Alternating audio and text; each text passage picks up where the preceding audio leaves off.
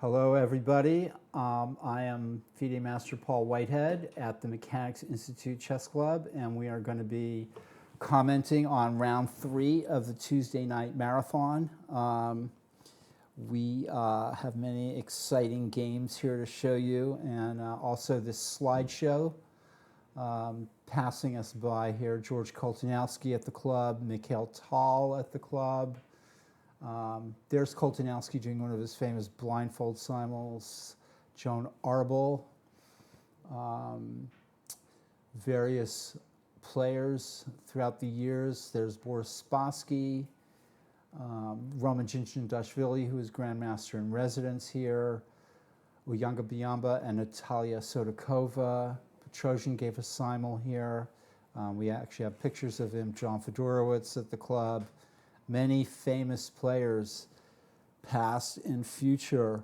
Hans Niemann and James Tarjan.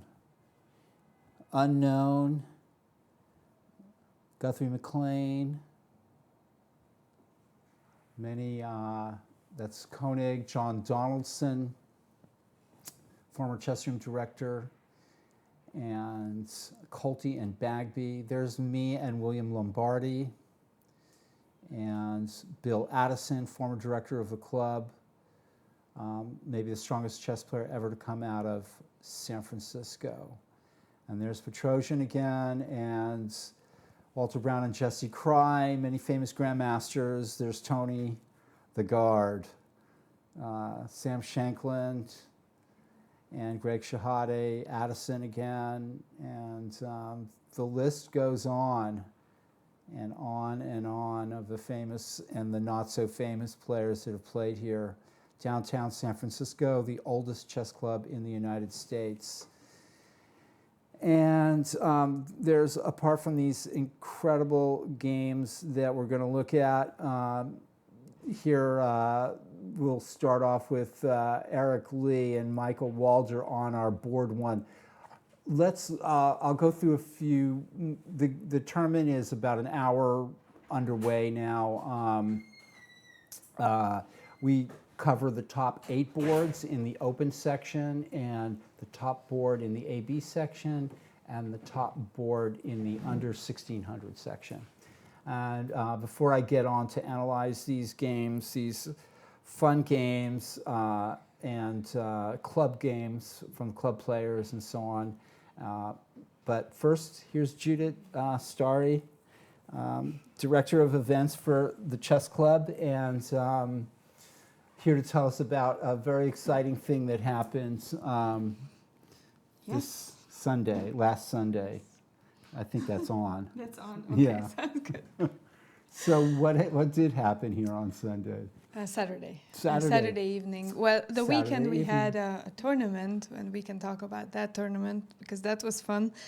But Saturday, the Caps Memorial. And then Saturday we had a special guest, Grandmaster Susan Polgar, visited. And I heard Mechanics. the club was packed. The club was packed. I had to actually stand in the beginning of the entrance of the club and tell people where they can still find empty seats. So it was fun. Wow. Yeah. So what did she do when she was here? Did she play chess?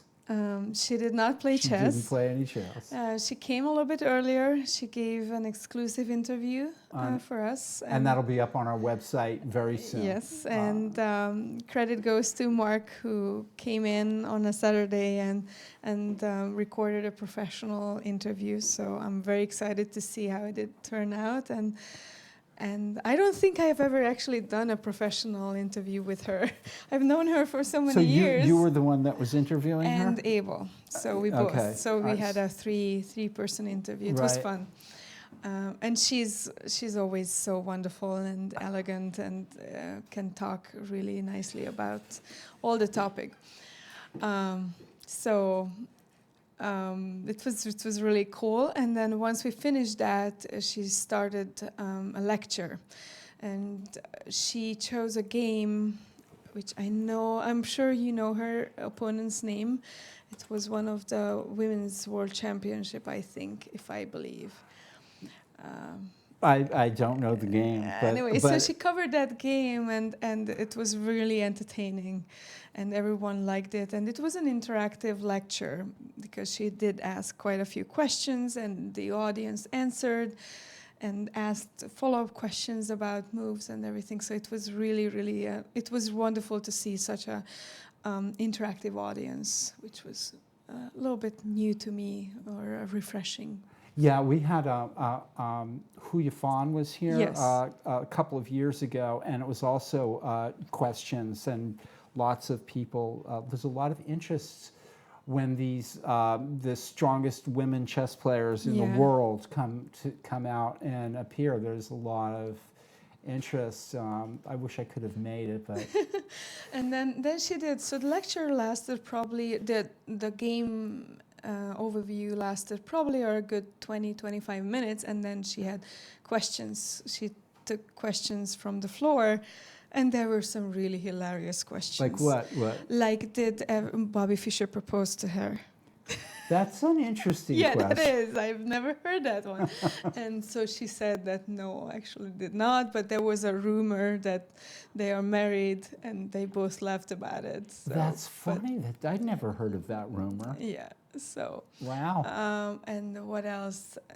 She actually did talk a lot about Fischer and what Because happened. he stayed with them in Budapest. in Yes. Budapest. Yeah. And that was after Susan had already become a grandmaster, though, maybe, or before? That's a good question. I would say before. Before. But I want to say before or maybe after. I don't know, roughly around that time. Anyway, being exposed to such an incredibly strong Yeah. chess player, I mean, Yeah. wow. So. Did she talk about her famous younger sister at all?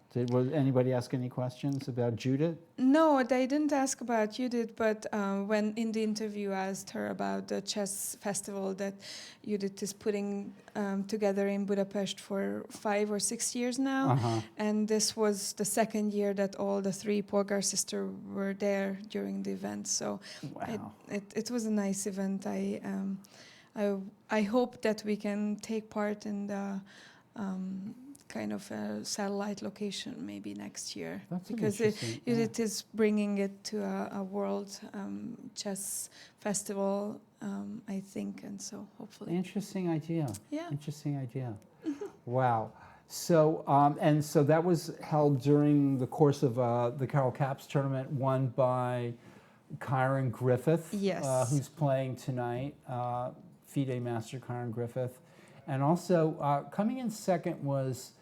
I just want to bring up the name is Biasis, Peter Biasis's Grandmaster Peter Biasis's son, Theodore Biasis. Theo. And he tied for second. And there was some conversation about his mom Yes. too, right?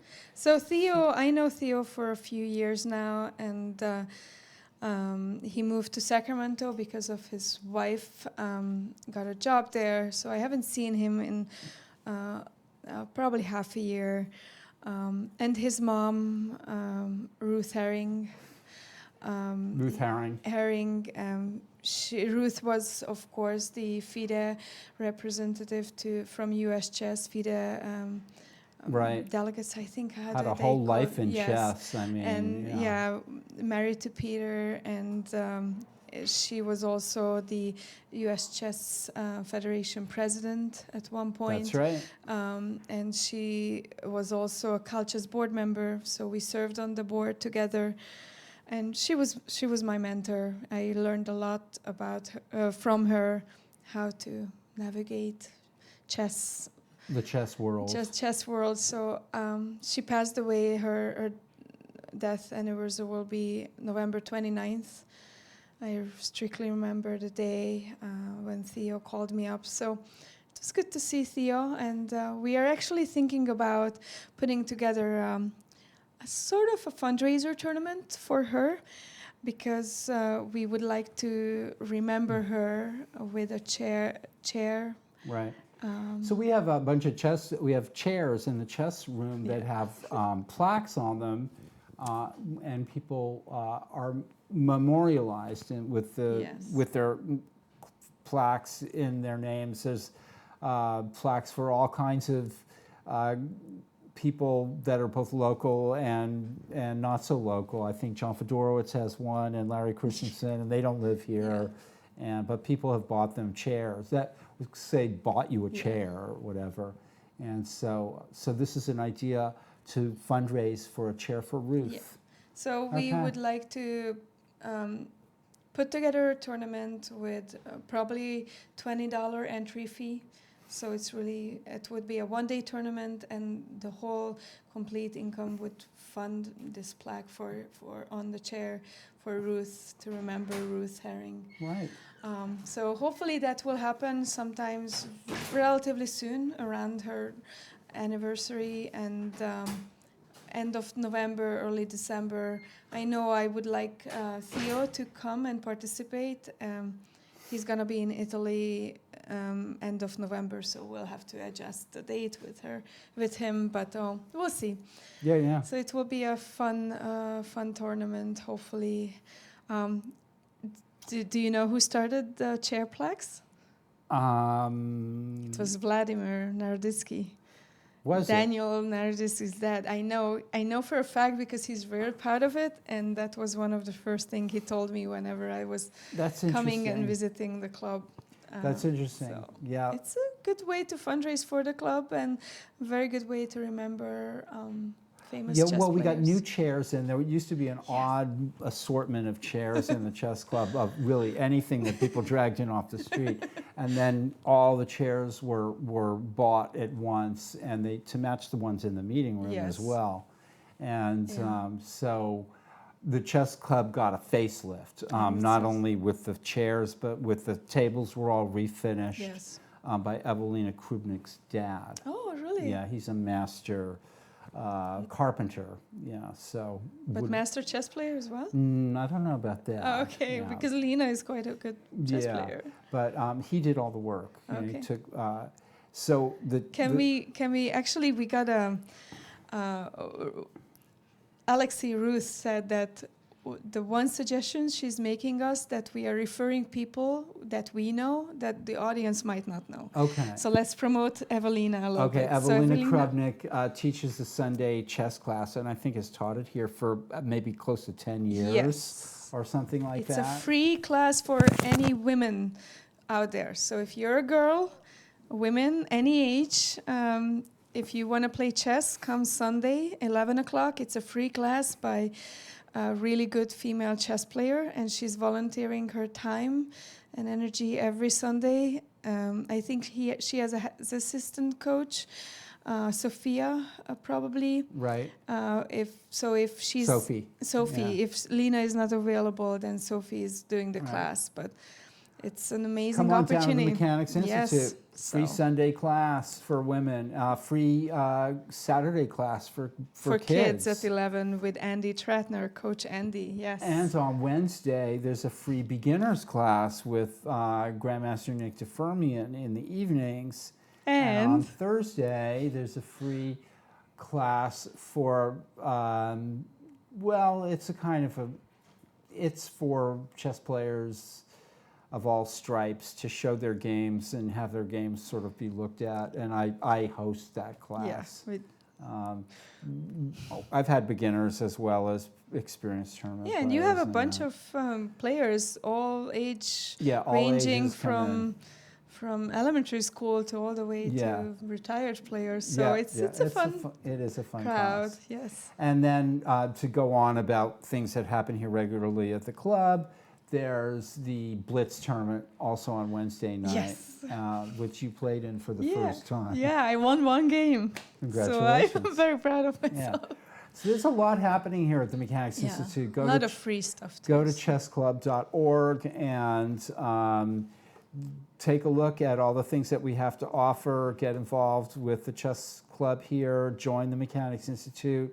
Come play in our tournaments or attend our classes. And, you know, there's a world of chess out there. And there's really no reason for you not to learn chess, right? Right, yeah. Or not to play chess. And what we're doing with the broadcast is another dimension, too, that is we're, in case you're puzzled by what's going on here, we're starting to sort of give folks a glimpse into chess club and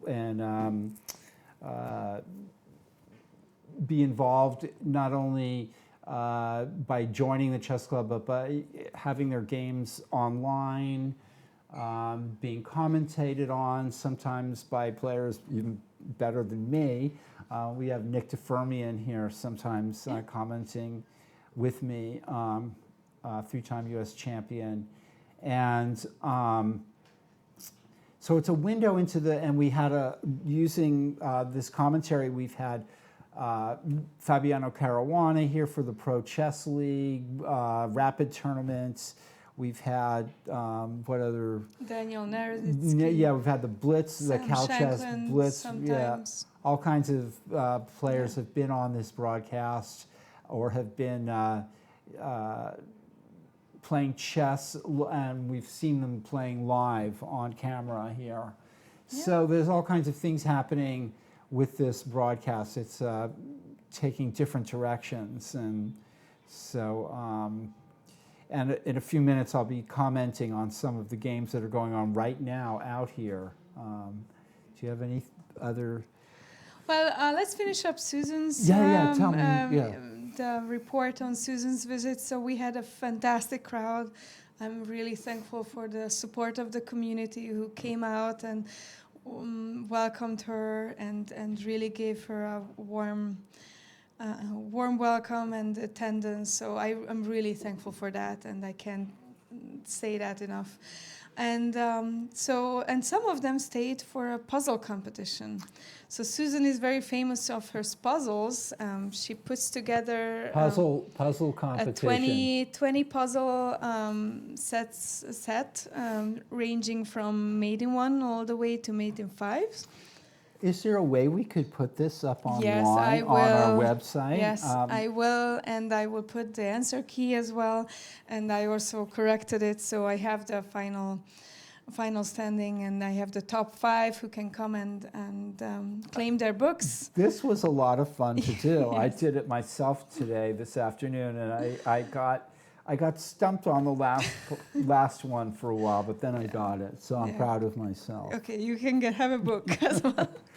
So yeah, and it's a sort of tradition now. Susan's events are famous for their puzzle competitions. It's a 20 puzzle for 30 minutes, so it's a timed competition. At 30 minutes, you have to hand in your puzzles, and it was fun. So we wrapped up the event around 8 o'clock, and everyone went home, really. And then came back the next day to play chess. Yes, and came back for next day. Abel was the tournament director for the Caps Memorial, which was a 4-round game in 90 minutes with a 30-second increment. And we had 2 sections. Both sections were FIDE rated.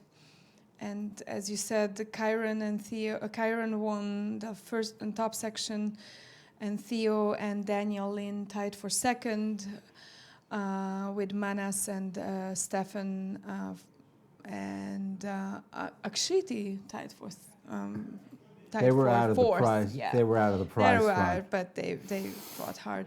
So that was the top section, and the bottom section, I think Romeo won. Yeah, Romeo won. He tied for first. Tied for first with Adam Culbreth. Romeo Barreiro is a gentleman in, I think, in his 70s. Yes. And he started playing chess here at the Mechanics Institute.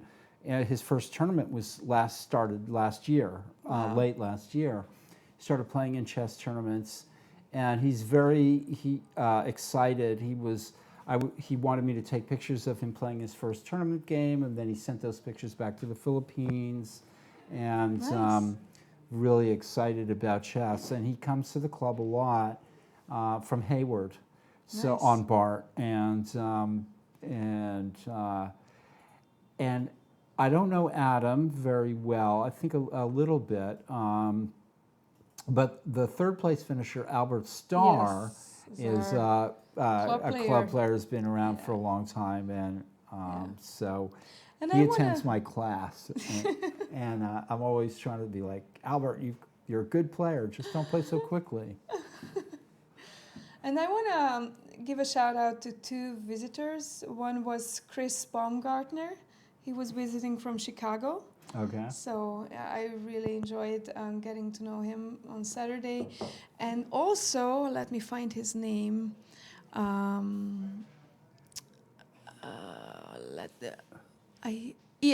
Edward Said was visiting us from Hawaii.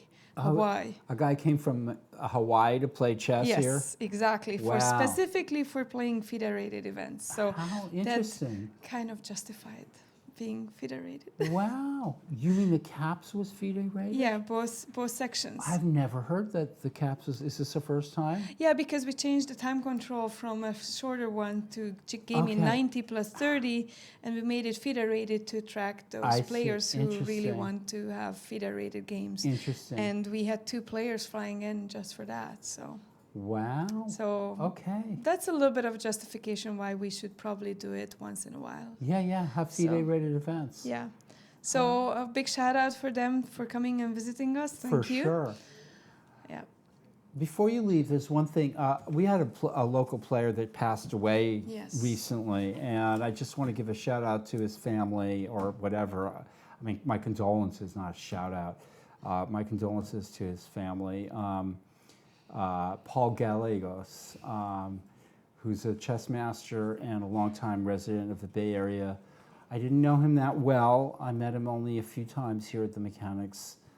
Seemed like just a really nice man, and I'm sorry for his family and his friends. I know he's going to be really missed in the chess community here. And if anybody wants to, that knows Paul, wants to join us in on the chat here and say something, you're more than welcome. Yeah. So that's it. I had Paul at a few of the events that I was organizing. He was always smiling. He was really, really nice. He always came to say hello to me, and we did chat. And I enjoyed following him on Facebook and seeing how he got better. And he was so it was a really sad news to hear that he ended up. The chess community is a tight community. It is. It is. We all know each other. We've known each other Yeah. for many years, and we take things like this hard. I've seen in the past. So let us know what we can do. So our deepest condolences to his wife and to his kids, and for sure, please know that he'll be missed. He'll be really, really missed. So. Okay, maybe some other people will Yeah, join in with and some then memories of Paul. Yeah, hopefully. And then please tune into our newsletter. I think there's a piece that Caesar wrote, and we're going to publish that in the next newsletter that's out on Saturday. We So- have a really great newsletter. We have a newsletter that comes out every Friday or Friday Saturday. evening we make it published, and then we Right. blast it out on Saturday. I think that's the schedule. So, and it happens pretty much year round.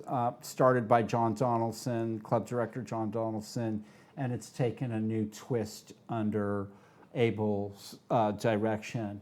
And it's just a lot of fun, different articles, different people chiming in, Nick DeFermian, myself, you, Judith, and Abel, and guest columnists, and Yes. news. We have chess problems by Tony and Yeah. all kinds So of. we have several pieces that's actually very, very fun to see. I mean, I love your columns. They are entertaining, and I try to be and entertaining. I love your column. And then They're hard to get out, but it's good that Tony contributes with his puzzles, and we have a tournament director corner, which hopefully helps players shed lights to some of the special rules and Right. confusions, and hopefully helping them going forward in their games, and next game they can utilize those knowledge. right. Well, they won't listen to my chess advice. Maybe they'll learn the rules of chess. So it's fun, and Abel and I take turns covering problems that we encounter real life out in the chess room. So Right. so it's a fun column, and of course Nick has his column with the chess history. Yeah. And right now he's covering famous women chess players. Yes, so I think Irina Crush was last time, so let's see who is picking this week. Yeah. It's all Yeah. a mystery for us too. Yeah, no, that's great. That's great. Yeah. Well, do you have anything else to add, or should I go and start Go looking start, at these? and I'm gonna do my round. I don't know if the boys are still playing because both of the other tournament directors jumped in the game. So I'll go, and then I'll join you back. All right. Is that okay? Sure. Sounds good. All right. Thanks, Judith. Thank you. All right. Okay, so now we're going to get down to some chess games here. And top board, we have Eric Lee versus Michael Walter. And Eric Lee is, well, he was the top 11-year-old in the country, and now he's 12. So he's not the top 12-year-old, but he's probably up there. He's a 2300 player, and he's playing Michael Walter, who is having an upswing in his chess lately. He's a master, rated an expert right now, but he's been a master, a 2300 player, and he beat Kyron Griffith, the highest ranked player in the tournament, the other day. So this game, we're going to go all the way. We'll look at it quickly, and then we're going to go, to the beginning and zoom through it. And I'll give my commentary. And so we have a Benoni, what's coming up to be a modern Benoni, where white is fianchettoing his king bishop. And everything's looking pretty normal here. I'm not going to comment too much. What happens now is something that, I mean, this might be in the books. Does it look to you like black is pitching the D pawn and white takes it, and now maybe black should think about playing knight b6, bishop moves and knight takes d5? I'm not sure, everybody. Instead, black plays queen b6, bishop a3, knight g4, and white sidesteps, defending f2 by playing e3. And now, to me, it looks like black's compensation is nebulous. He's trying to get into the d3 square, and white opens up the d5 square for the knight to come into d5. So this is getting sharp. Knight d3, knight d5, both players continuing with their ideas, but the black queen has to move now, go back to d8 to protect the rook on e8, because after knight c7, rook b8, I mean, you have to defend that rook at a8. White takes it, e8, and black finds he has really nothing better than that. And it looks to me like black's the exchange and a pawn down. He's got fast counterplay coming up with b5, though. For example, if white plays rook e2 here, then b5, and the threat of b4 is very strong. So white decides he's going to play a5 and stop b5 from being such a powerful move. He's willing to give up the exchange back on e1, figuring that, well, he's a pawn ahead, and that'll take a lot of the pressure off of his position. So black is having a think here. And should I regain the exchange and lose the initiative, or find some other complicated move, maybe taking on knight b2 or something like that? Okay, so we're going to leave that game, and we're going to leave Walter deep in thought. Here's Ethan Boldy, who's playing a very strong game lately. He's a young man, I think maybe 14 or 15, 13, 14, 15, could be I'm not sure. I'll have to find out how old he is. He's an expert and been playing. He's playing Russell Wong, who is a master, floored master at 2200. And we're seeing a King's Indian in reversed. White plays c4, which sort of heads in a different direction. An English opening with knight d2. I think black plays h6, which seems a little unnecessary here. Another developing move, queen c2, knight a6, a3, and both players are developing. Queen c8, bishop b2. White, of course, could play rook e1, bishop h3, bishop h1, but he doesn't mind this exchange. Takes a chunk out of the center with e4, and black wants to bring this knight back into the game. Knight e5. I like that move, knight e5. If white plays e5, black might eventually be able to use his pieces on the light squares, and it would sort of blunt the effect of his own bishop at b2. By putting the knight there, he's opening the way for the f-pawn. And let's see. So white has a space advantage. Definitely has some advantage here. And this is board 2. Let's roll on to board 3, where Stefan Thiem, I think, is playing Larry Snyder. These are two experts. And we're going to zip through the game here. The opening. We're getting a sort of a queen-pawn game here.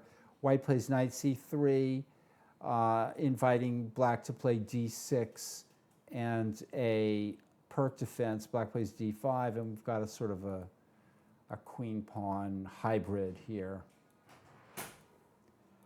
White says, why not? I'll take that pawn. Black plays knight e4, and that seems to maybe pitch a pawn at d5. No, I'm not sure. He doesn't take it. He could play knight d5. I guess then bishop b2. Not convincing. Okay. So knight e4 takes, knight d2. Black regains the pawn. Oh, that's an odd-looking move here. I would have expected just rook b1, bishop moves, and knight takes e4. Bishop h6 looks a little extra fancy and not helpful for white necessarily.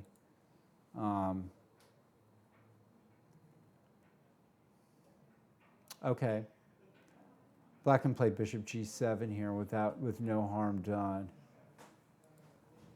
All right, let's move on. This is the highest ranked player in the tournament, Kyron Griffith versus Joe Urquhart, who's he has a 1900 rating, but he plays like an expert, and he's been an expert, I think, in the past before. And we're getting a fianchetto against the Sicilian with d4, and black is just playing normal developing moves against this kind of slightly eccentric white setup. White cripples the black pawn structure there. If black wanted to avoid that, he maybe could have played knight takes d4 first. So a6 takes, e5. Black has to be careful in these situations.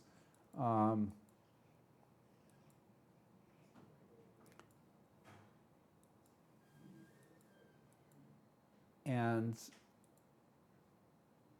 so far he is being careful. White's building up on the king side. This is a little risky here. Hi, Bozo the Clown. I'm not sure that we are sending Danya off to St. Louis. Or is he going to St. Louis for a chess tournament? We'll find out soon enough. So white is definitely better here. It has some pressure. And now the threat, of course, is bishop h7 check. And black defends. That was a funny route the black rook took. Black is passively placed here. And this is interesting, as white seems to be maybe finding it a little hard to come up with a plan here too. And now maybe he's toying with the idea of playing g4, g5.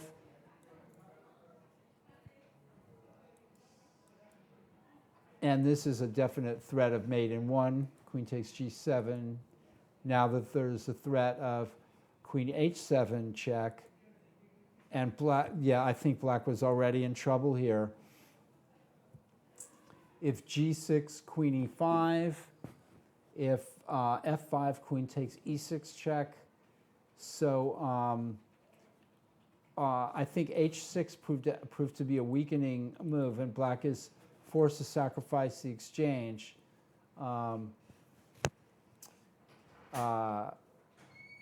He's got some play on the long diagonal. But black is worse here. Hi, Bob Sacmano, 27. Good to see you, too. So we'll ask Zhang Strength Players, Ridiculous Cross Table. His birthday is also on the 9th, one day before he boards the plane. Okay, so there's a tournament coming up in St. Louis. It's a very strong tournament, I think, is what I'm hearing from Bozo the Clown 99 on Twitch here. White has some pressure here. The rook is going to come to g3. One rook is going to come to g3, probably, and the other rook hopefully to g7. So St. Louis is a big tournament coming up. It'll be good to see Daniel get back into some serious competition now that he has graduated from Stanford. Okay, let's see. Back onto board 5. This is International Master Elliot Winslow playing Christian Clemens. And when Elliot had a bump in the road the last round, and I'm not going to make fun of him, am I? He lost to Ethan Boldy, the young expert we saw on board 2, in the last round. So he only has 1 point out of, this is a third round, only has 1 out of 2 games. So Elliot's trying to get back in the plus column here. And he's playing Christian Clemens, who's an expert and one of our stalwart club players. And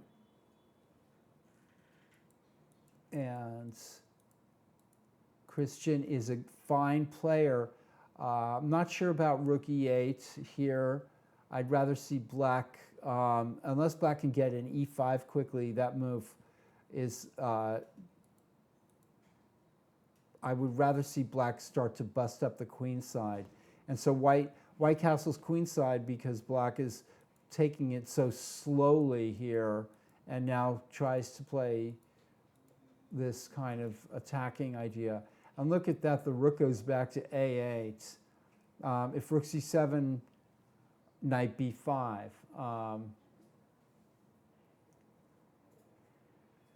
Who's moving to Charlottesville? Who's Bozo the Clown, 99? I lived in Charlottesville for a while. Now, I don't think Danya is he's moving to Charlotte, and that is in North Carolina, folks, not Charlottesville. People do get that mixed up, to my amusement.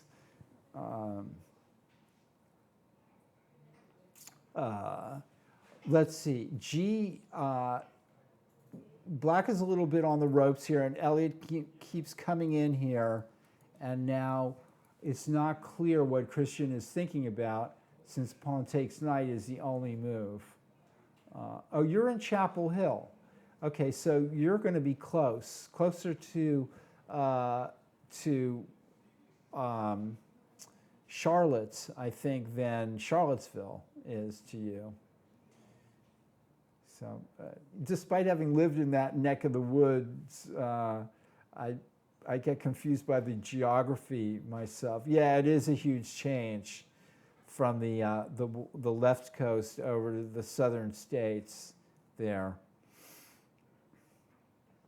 So pawn takes knight. That Elliot will be able to play moves like knight e5, or bishop e4 will be possible. Also d takes c5 here. Looks like white is getting a little bit of a grip, but we'll see. And now on to board 6. Two experts again, or A player, Christian Jensen versus David Askin, who's an A player. Let's run to the beginning of the game and see how things developed. Bogo Indian, Catalan kind of thing, hybrid.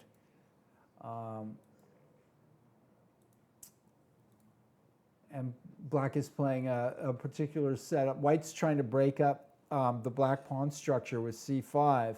So let's see how that works out for him. I think this is white's done well here. Although bishop f5, I guess bishop f5 can be met by knight h4 maybe. This has gone well for white. If I was black, after c5, he could have just kept it simple by playing e takes d4 here, and that would have, I think that would have been maybe a better choice. This way, he's left. This imbalance seems to favor white.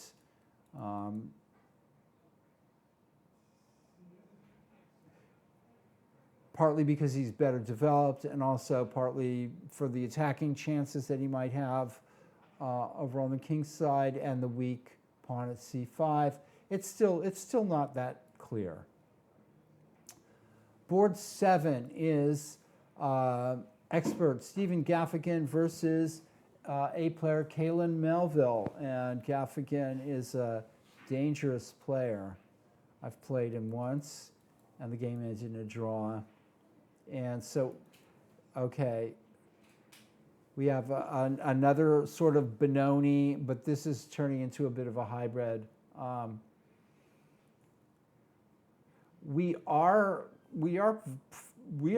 Daniel Jew grew up in this club. We are close friends with Daniel. He just played in 2 chess tournaments here on the 26th and the 27th, the Cal Chess Blitz Championship and the Cal Chess Rapid Championship. So go check those tournaments, those cross tables out. We also have live commentary. Daniel came in here and talked to me after the Blitz tournament.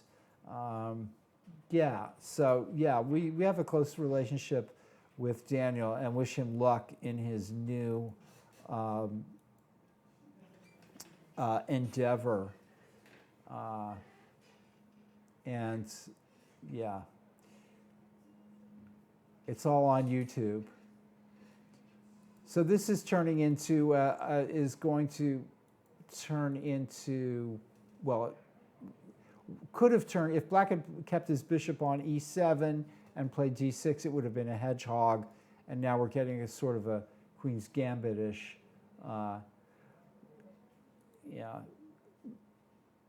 bishop e7, bishop e, or just a hybrid queen's pawn opening. Black looks like he's doing quite well here. Bishop h3, I kind of like that, to move the knight, and also maybe to open up ideas of playing bishop takes e6 check. If I had a hat on me, I'd pass it right now.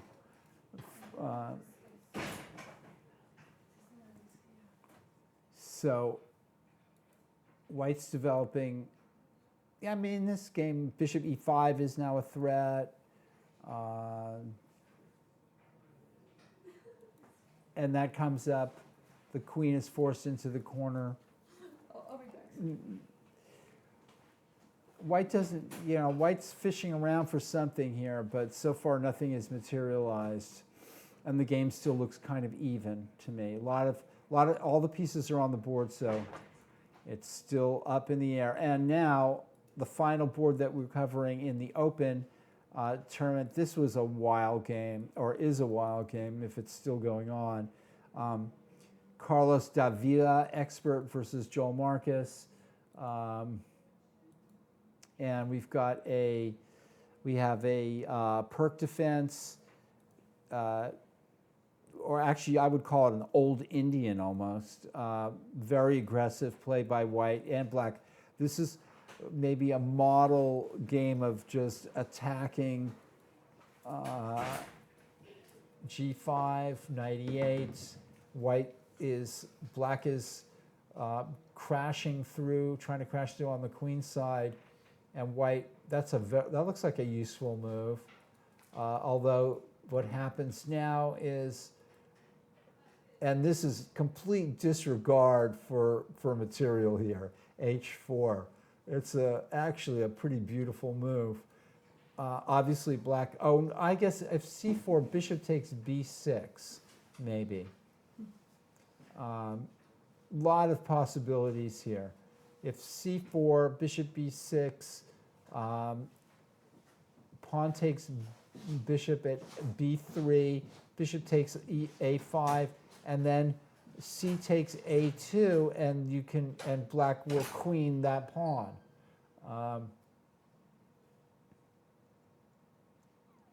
Really sharp game, yes. So we have Yeah, let's see what's we have a commentator saying that it's really sharp and scary game. Yes, we cannot agree more. And there are also someone commenting on Daniel. Yeah, a lot of Meredith's talk. game. I've been Quoting Daniel? I've been answering some of those questions. Yeah. And his birthday is coming up in 4 days. November 9th is his birthday. Oh, so okay. He's turning, what, 21? I don't know. Is this going to be, is this almost checkmate here? I don't know, you tell me. Let's go back a few moves here. Black can't play king e6 because of queen h3 check, so he interposes the knight, and rook takes knight check. That would be mate. If king took, well, yes, very close to it.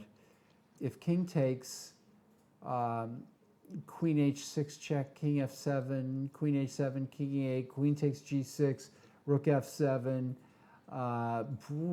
Very, very crazy game here. White finds he has to play rook d2.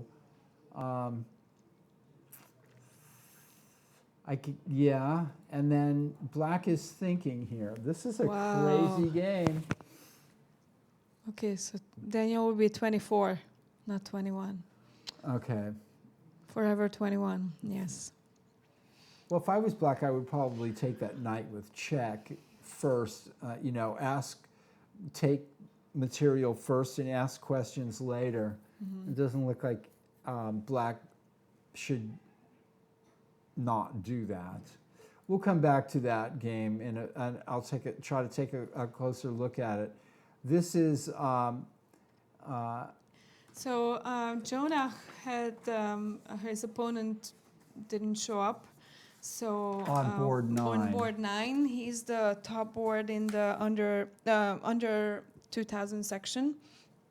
And when we got confirmation that he's not coming, and which was probably our fault, because probably he requested a buy. I have to double check. So we found him an extra. Mistakes here. Yeah, we are human, and again, and that just shows that please double check the pairings Monday afternoon, evening, Tuesday morning, and let us know if something it doesn't seem right. But nevertheless, we found him an extra rated game, and it was a game in 60, so it wasn't a really fast game. And I'm not sure, is this game really over already? Yes, it is over already, and when Bob Sacamano, 27, is asking if you're a staff member of the Mechanics. I am. I'm a full-time employee of Mechanics Institute Chess Club, which is the oldest chess club in the whole United States, and I cannot be prouder that I'm part of this amazing group. Let's take a look at Andrew's game here. It looks like he gets into trouble right about somewhere near here. Let's see. Starts out as an Alekhine's defense, and Andrew plays knight c3, which is perfectly fine. e6 is a little eccentric, and this happens. So far, so good. If I was white, I'd still start to think about maybe just simple moves like knight f3 or even taking on f4, and then now maybe he sees that if he takes with the f pawn, queen h4 check, g3, queen e4 check, and wins the rook down on the corner.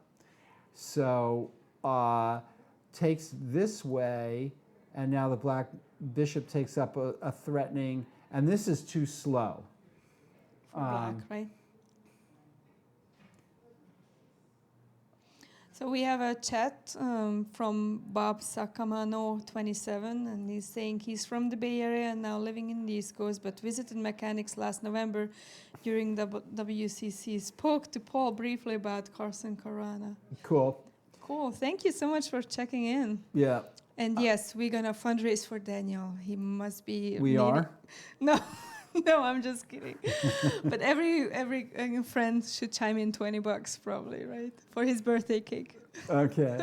Anyway, let's focus on the game. Yeah. So Joanna is a 1900 and Andrew is an 1800 player. All right. So b3 is definitely too slow. Yes. White needs to play bishop d3 here and queen e2 or something. Black is starting to bust open. I like the move f6, and I like the way black is playing sort of positively here.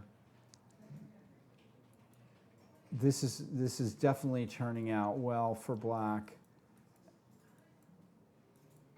Wow.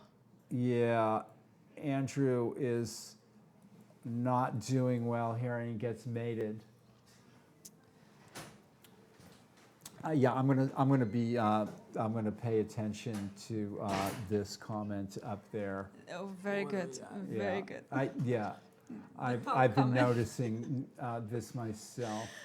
Okay, so now we have Ilya Gimmelfarb versus Matteo Hansen on the top board in the under 1600 section. That's the dad of Natan Gimmelfarb, who plays our Scholastics. Okay. No, and he actually plays the under 1600 too. That's So we right, have a yeah. father and son team in the same section. All right. It's amazing, and It's not unheard of. yeah, and a shout out to Nathan because he went through a game with stomachache, so he's actually didn't feel right. Is here. Okay, we have a Okay. guest. We have a guest. He needed to get some payback after last week's loss, and it was. This is the final position of your game. Kyron, show There you us. All right, we have FIDE Master Kyron Griffith here with us in the hot seat. The hot seat, yeah. The hot seat, yeah. Yeah. Right. First of all, congratulations for winning the tournament this weekend. Thank you. Are you you're getting back into form after Hopefully. getting kind of roughed up? Yeah. In what Trying one of to- those the Blitz tournament, or how'd you do in the Blitz tournament? Okay. Yeah. I think that was about where I was supposed to. Okay. It was a tough tournament too. And what about the Rapid? I didn't play that one. Oh, you didn't but play in the Rapid. That's right. Yeah. 2 full days is a lot of. Yeah, commitment. some people. It was Played funny. it, played both. Persano Reo won the Rapid, like playing fantastic chess. And then he lost In the 2 games first in round Blitz. on the Blitz, he just got mated, and Oh, I hung meet against that guy too. yeah, that was We both hung funny. against him. That was, I actually wrote about both. Okay, so what? Yeah, okay. So it looked to me like this game went your way. Yeah, I think he mishandled the opening. I played this b3 against Winslow over the weekend too.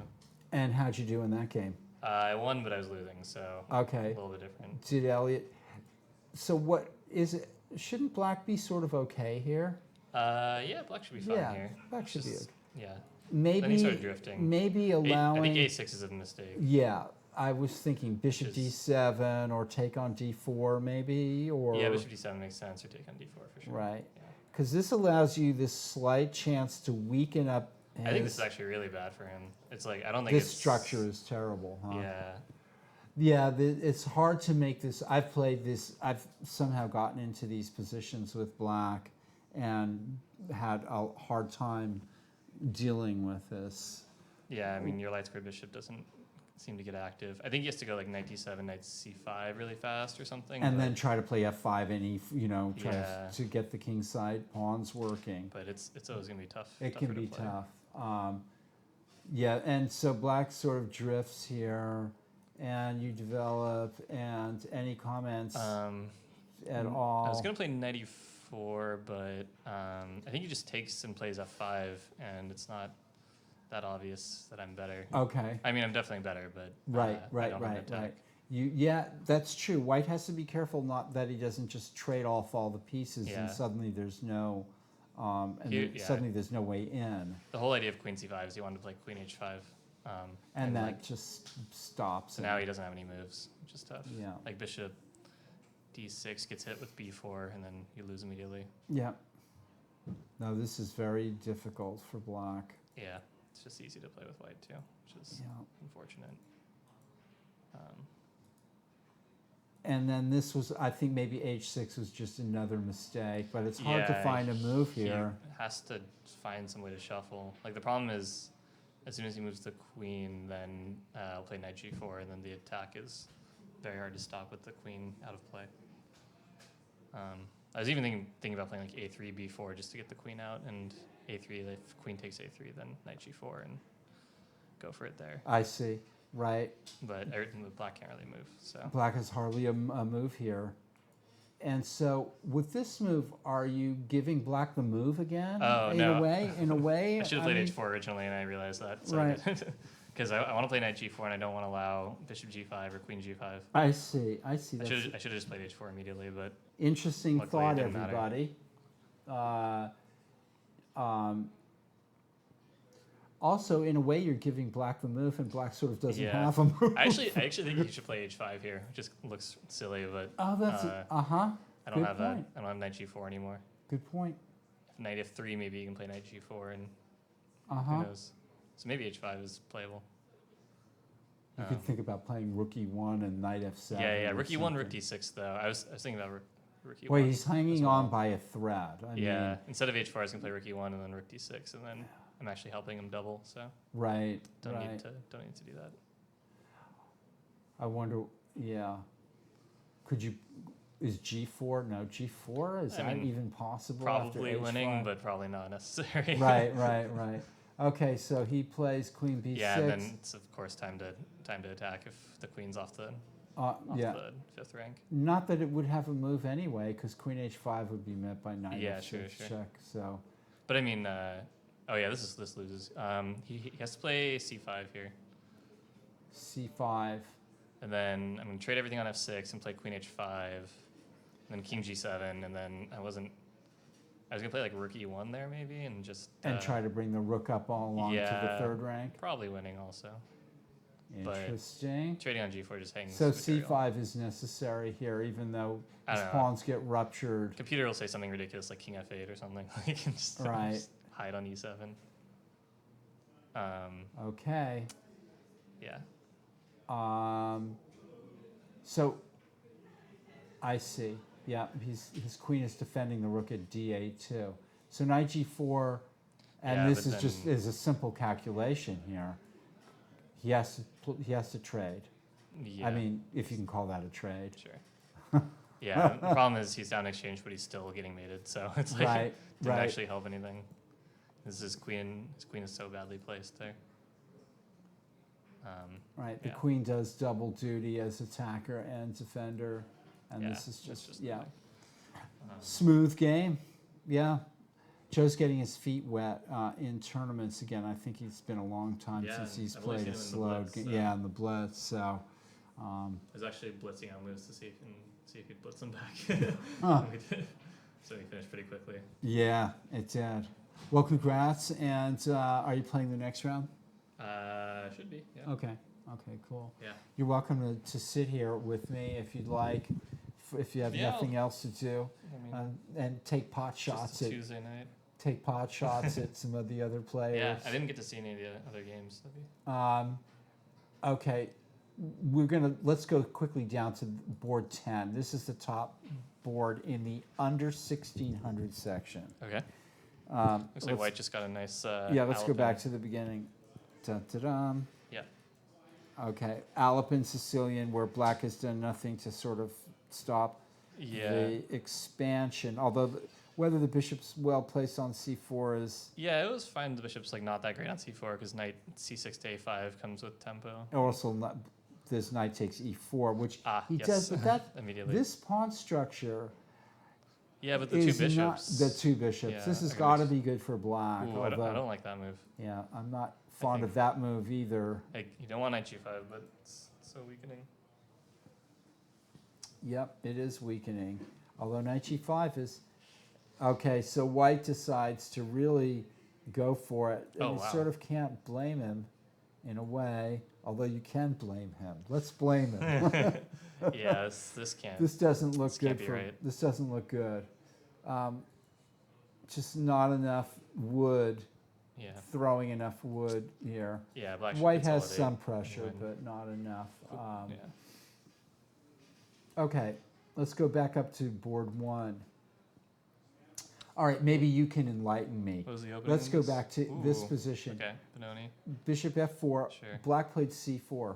Have you seen Oh, this? interesting. Yeah, you can sack this d6 pawn. Well, you can play queen b6. And then right? knight b6, or do you play queen b6? I was thinking, I guess queen b6, bishop a3. That's what But then you happened. have like knight g4. But Okay. then this is all what he did, and then it didn't seem to work at all. I think you have some play, but okay, now is bad. with knight d5 coming, this is definitely bad. Yeah, but can you suggest a better move for Black here? Maybe the other knight to e5? He must have miscalculated something. This can't be. Yeah, This can't be right. it didn't look right. d6 was a strong move. Yeah. And even though Black got the knight into Oof. d3, Yeah, no. White's just winning for sure. and White took time to play A5. a5, I think was a good move, because if rook e2, b5, and then b4 is hard to, actually maybe Okay. hard to meet. Maybe. I don't know. He's just But playing it safe.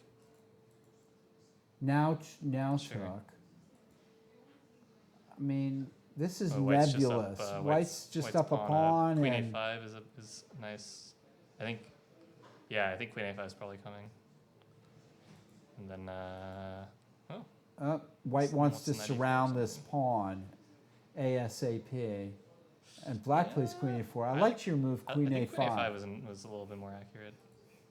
Maybe he's worried about queen b5, and then Right. yeah. that So could be maybe annoying, knight actually. b1 now and knight c3 or something. I guess I knight don't know. e4 if you're gonna go to c3, There you go, knight e4 and knight c3. c5 also in the air. Yeah.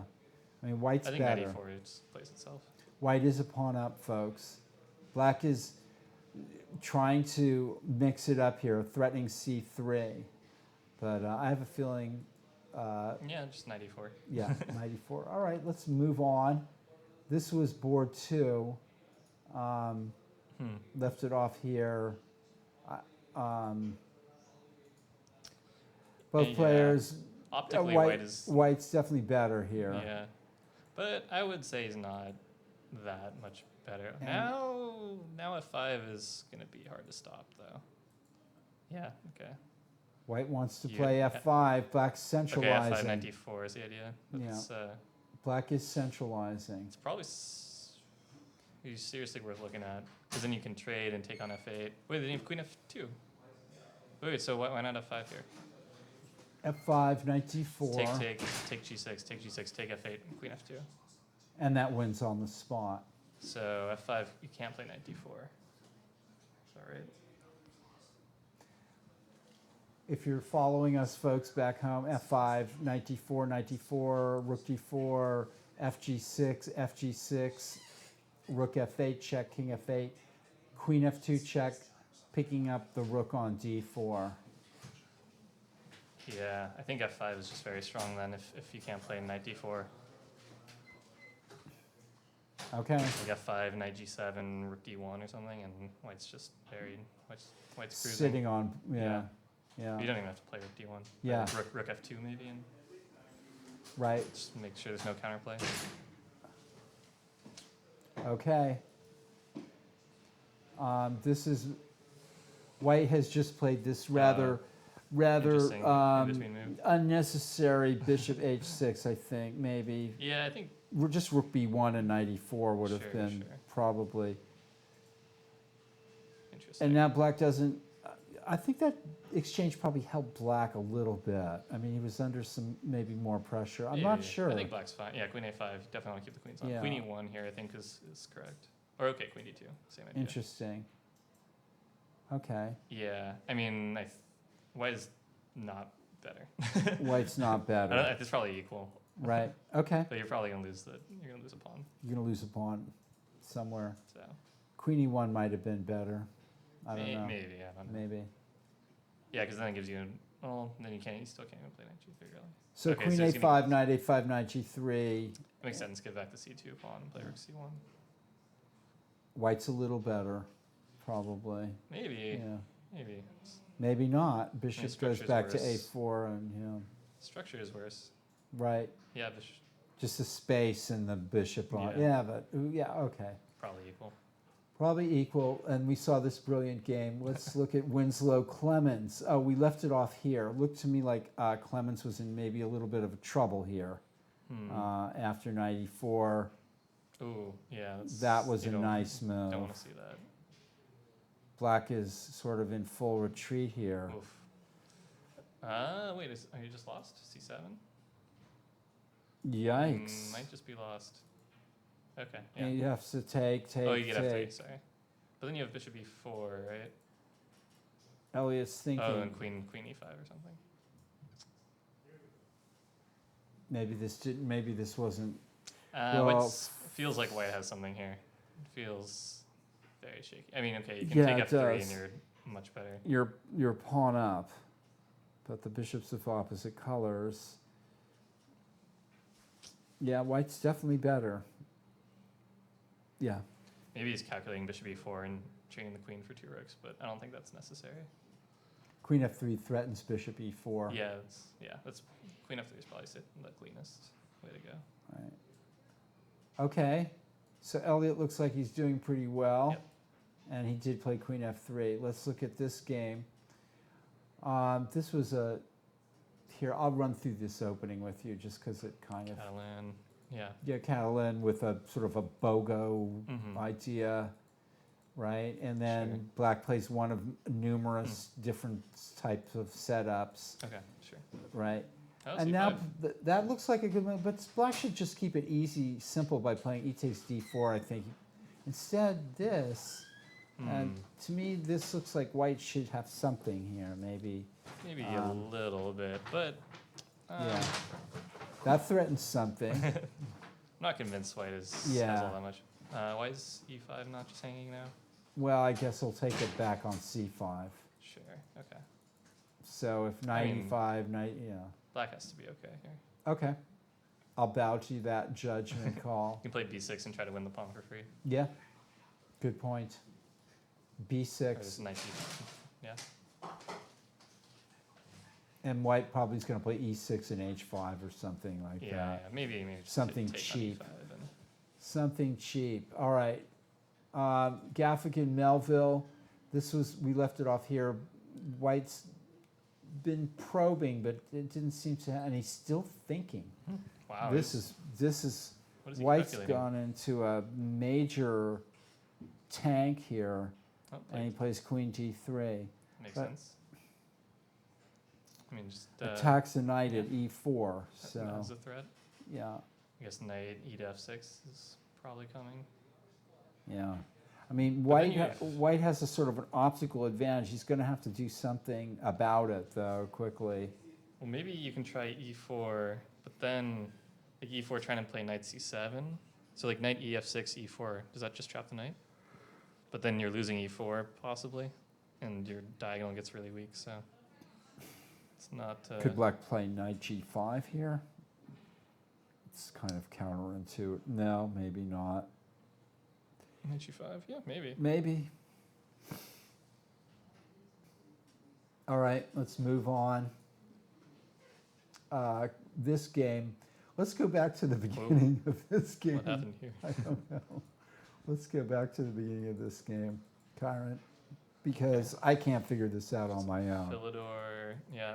It's White a, just goes for yeah, the it's like an caveman- old Indian, The old yeah. caveman attack, cool. Right, okay. Okay, just knight b1, seems fine. Okay. Watch what happens here. Take.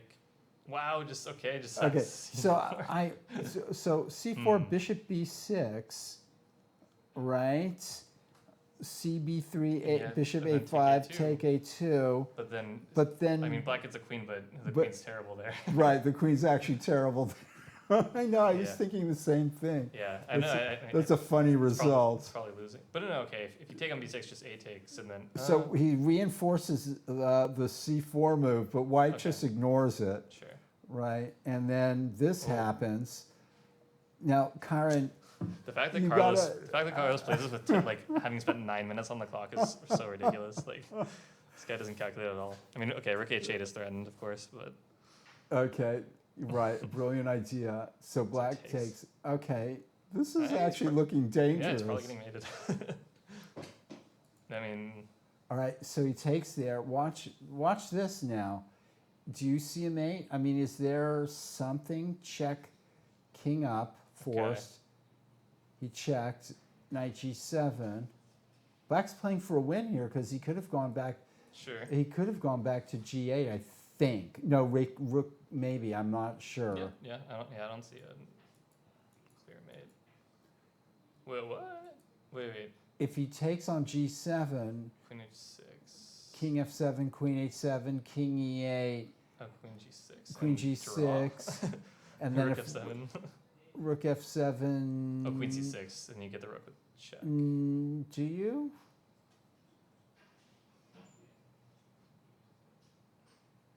Okay, so king f7, queen h7. Oh, you're saying king e6. Oh, No, no, king e8. King okay. e8, queen takes g6, yeah. rook Queen f7, c6. And then, king f8. Oh, and the rook is protected on a8. Whoops, never mind. Although you can play bishop b6. Although then he takes your rook with check. Yeah. Wow, this is. I'm not sure. Wow. So Carlos just plays rook d2, right? I mean, that looks bad. It just looks bad. What? That move, rook d2. And of course, black takes with Okay. making a queen. I don't know what's And happening in this this game has either. got to be bad for. Okay. Yeah, I think the evaluation has probably swung like 6 times in the past 6 moves. Right, Like- but I think black has done. Black is doing well here. At least I should hope so. I would think so. Yeah, I would think the black is probably. Funny that swinging. white's only a piece down after all this. It's just crazy, crazy chess. And Yeah. so because of that, Yeah. okay, now he's 2 pieces. Black is 2 pieces ahead. It should be good for No, black. yeah, this must be winning for black Okay. for sure. I just wanted to show you that game because it was a funny game. This is that game that we were looking at where it looks like white's thrown away a little too much material. Agreed. Which Okay. Is like black should just be cruising. Let's roll up here to, Okay. Oh, just only 94 has been played. okay. Sure. So we So- were expecting. Karen, what are your plans in chess? Chess plans. What are your chess plans? Do you have any norm events coming up? Nothing planned, but definitely like trying to get there, trying to line some up, Like, maybe in the new year. But are there any events being held in the Bay Area at I all? think there's the Golden State one is in January most years. Are you going to play in that? Hope so. And that's a norm event. I believe so. I believe it's Okay. 9 rounds. Okay. So there are some events around here, and Yeah, definitely not a ton of Norm events in the Bay Area or Right. even California. There's some in LA, but not a ton either. right. Um, so I remember that always being an issue, or somewhat being an It's- issue here, and there, yeah, it's like very in tough New in York, it America. was just all the time, right? there's more, but I mean, even just in America, it's tough to have a lot of Norm tournaments because you need the foreigners, which is much easier to do Right. in any other part of the world than America. Any plans to travel to Europe to play in some Hopefully, tournaments? eventually, yeah. I Okay, went good. there 4 years ago and played a couple Norm tournaments, and it was a good experience. And you have one IM norm right At now. one, yes. Okay. But, Cool. Well, in the meantime, we're definitely enjoying having you playing around here. That's for yeah, sure. trying to stay in shape. Yeah, and okay. So let's see. There was this game, Oh, I didn't play F5. and White didn't play after F4. Let's see. Let's go back here. Dun dum dum. This was going well, and White could have played F5, but plays Queen F2 instead, which might threaten Queen takes A7, Yeah, seems C5. like it's playing this pretty safe. and that So now, allows Black to play Knight D4. now when F5 Knight D4 takes, you have to take with the pawn. Right. But yeah, that seems fine for Black. Like Interesting. this pawn on D4 is very strong. C5 is a good move. Yeah, agreed. White optically looks better here, but Black's just starting to take on B4 and take C4. yep, Free pawn. yep. And White doesn't want to play a move like B5, I don't think. Yeah, I mean it's interesting these positions where like White optically has all this space, but then if like anything invades, you start losing all your pawns so fast. Exactly. It's, So this game is sort of turning, or is in the process of turning on Oh, a yeah. dime there. This game has progressed a little bit, and again, Bishop A4 looks like Black Yeah. should be okay. you have to figure out where your knight's gonna go. But I guess It can maybe you stay on don't, A5 for the rest of the game. It often. Yeah. I guess that's true. Yeah, I was just worried about it getting trapped by like Rook C3, Rook A3, but Right, It I was a guess that B6 could maybe. happen too. Yeah. Tricky. White has an initiative, a bit of an initiative, and let's see how Elliot's doing here. So he took on F3. Black threatening Bishop E4. Black centralizes with this move. yeah, Rook D5 though, and Is a nice move. yeah, it's, And Black is getting kicked around a little bit here. Now Rook C1 even. yeah. You can also Oh, Rook D7 trying to take on E7 is interesting too. Like Rook D7, I guess yeah. you have to Queen E5 is forced. It's Queen C5, your Rook C1. Yeah. What about Rook C1 right here? Oh yeah, sure. That, I mean, Queen B7, then Bishop Yeah. E4 or something. I don't know. Queen B7, like you almost have Bishop H7, G6, and trying to. Oh, that's a good Yeah. point. Actually, what happens? Rook C1, Queen B7, Bishop H7, King H7, G6. You have to play. Oh no! Wait, you're lost, right? You can't take with the king because of Queen H5 check. Oh yeah. Yeah. So you have to take with the pawn. And then Rook H5, and you get the queen. And you get the queen. That's a very nice variation. Yeah. That's very unusual. Yeah, that's a weird one. It but is a White weird is, one. White is just dominating, so something has And to. there's that has to give. unprotected black queen. So Rook C1 just wins on the spot. Oh, Queen H2. I mean, you can almost play Bishop H7, Queen F7, and that's probably mating with the queen on H2. Say that. Me- Oh, yeah, I see Bishop that. H7, and just try to. Muscle in. Yeah, Queen F7, maybe takes H3. Okay, maybe it's not. Maybe I'm being too ambitious here, but I'm sure Elliot's calculating these lines. Yeah. I think Rook C1 kind of plays itself and just see where the queen goes. Yeah, 'cause it's, Queen H2. it's not going is- anywhere good for sure. Right, you could always play Rook H1 again and then sort of take another look at the position. Sure. Yeah. Okay, we're looking at some interesting lines here. Oh, B6. There we go. Your move. There we go. See, you get to sort of hold a crystal the, ball here. It's the greedy move. I like it. Just go. Thank you, white noise. I'm making the board shimmer with these moves here. Jensen asking, okay, so Gaffigan, there was this game, Queen G3, and now Black's going into a long thought, but not nearly as long as White. Black has an hour and 10 minutes left, and White has only 35 minutes left. So you can't see that at home, folks. But and then this game, the greatest chess game ever. Let's see. This is ridiculous. B3, Bishop F7, Knight F5, Knight F5, of course. And oh, then, it takes this. That's amazing. I didn't even see that you could do this. well, Why not Rook F8? Let's see. Rook F8. Rook F8, Queen H5. Okay, check. and so he doesn't want to draw. Okay. Right. So he plays Bishop F8, G6.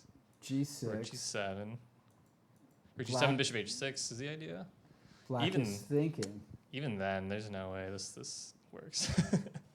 Or is there? I have no faith in this. I don't either. Okay, so G6, what can we do?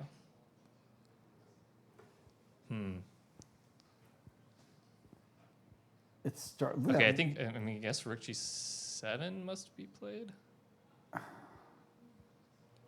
Remember, Black could give up his rook at F7 and be a piece up here.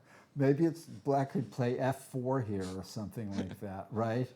Yeah, just F4. I mean, interesting. It's an idea, unless White gets a perpetual check or something. Yeah, you got to get your queen back somehow. Yeah, the Black Queen is surprisingly This is badly this is like placed. pretty tough to figure out with 15 minutes on your clock. This is wouldn't be surprised if Black missed something and White got a perpetual at least. Right, except for White's a player that will do his best not to get a agree perpetual, to even a though perpetual no matter Rook what. and Knight down. As long as still, it's another piece to throw at Black. So it's been a great game so far. Yeah. I mean, that's for sure. Okay, so Black starts to move in. Rook E1, Knight E5, Bishop D2, and now Black goes fishing That is with the greedy. Knight D3. I would try to think about playing Queen E8 here, or You can play Bishop G6 at any moment. Also, right. like Bishop just get G6, Queen B6. If you're trying to get some. Knight D3 doesn't look like a safe move. No, I mean, it might be a good I'm sure it's move. winning, but Right. it's, well, he's threatening Knight F2 also, which is kind of nasty. Yeah.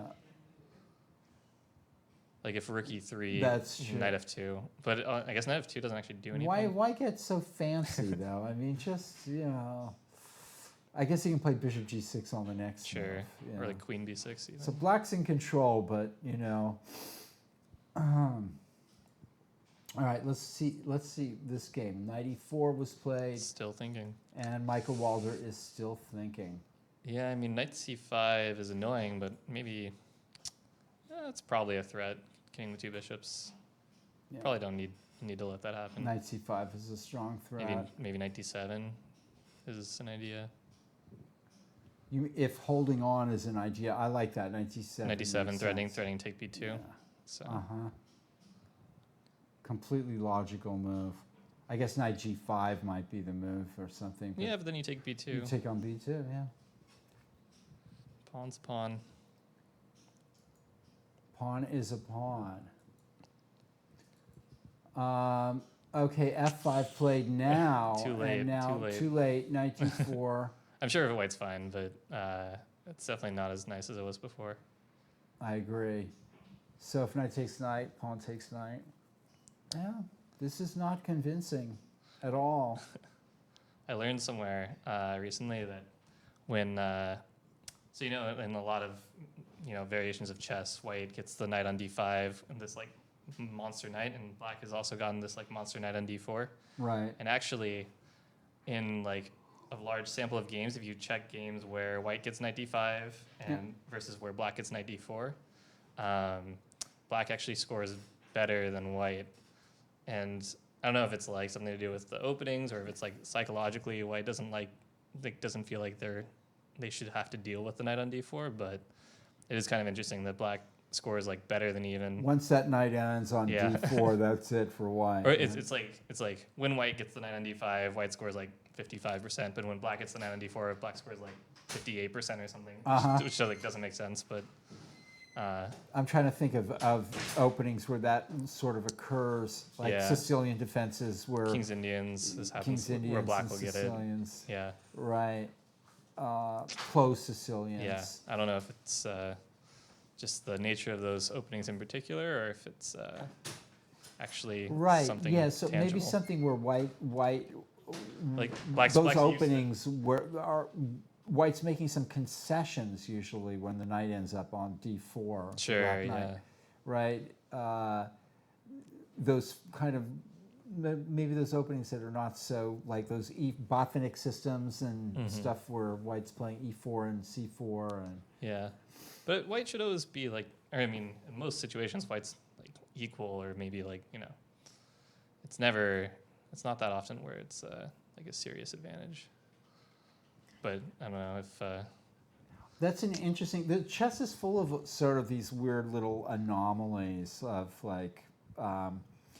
There was a master named George Kane, and he tried to convince me that the game would be equal if black started off with a pawn at a6, right? So, I Okay. mean, I would guess That's, that black would actually have an advantage. It would be like Anderson's opening, You right? think black would have an advantage with a6? Well, Maybe. let's say That's an interesting thought experiment. just right. Because I mean, that's what Duda played against Jeffrey Zhang is 1a3 in the World Cup. Right, And in a must-win game, and he won. and he won. But I'm sure the computer sees a3 and says equal, maybe, or maybe white's still a little bit better. Who knows? Right. It's sort of it prevents the Roy Lopez. Like let's say if you're black and you started off with a pawn at a6. Well, that's you've got the built-in Yeah, there you Nadorf. go. You're preventing the Roy Lopez. It's got a lot Yeah. of pluses for You got it. it. White so has to find an opening where a6 is a detriment, which is not easy to do. not easy to do. I agree. So. I'll have to But think on the about other that more. hand, yeah. So okay, yeah. Well, anyway, there's all kinds of interesting little things like that in chess. I think that, and your idea of and you're talking about the knight on d4 versus the knight on d5 reminded me of that kind of thinking. Okay, so this game is still rolling along here. Yep, I guess rook b1 kind of plays itself to see where Right. how white wants to defend that pawn. I guess rook c7 is the idea, probably. Or bishop c6. Then you can take, right? Take, Yeah, and then the pawn has to take, and then I think white's a little better. They could take with a rook. Oh, then rook b5. Oh, you're right. Then rook b5. b5. Yeah. b6. b6. Things are not clear. Yeah, you're right. Maybe. I don't know. I don't know. I don't. Black could be better here. I mean, he has a simple plan: just rook c7, rook c8, and white has to Right. figure something out. Okay. We'll see if he figures it out.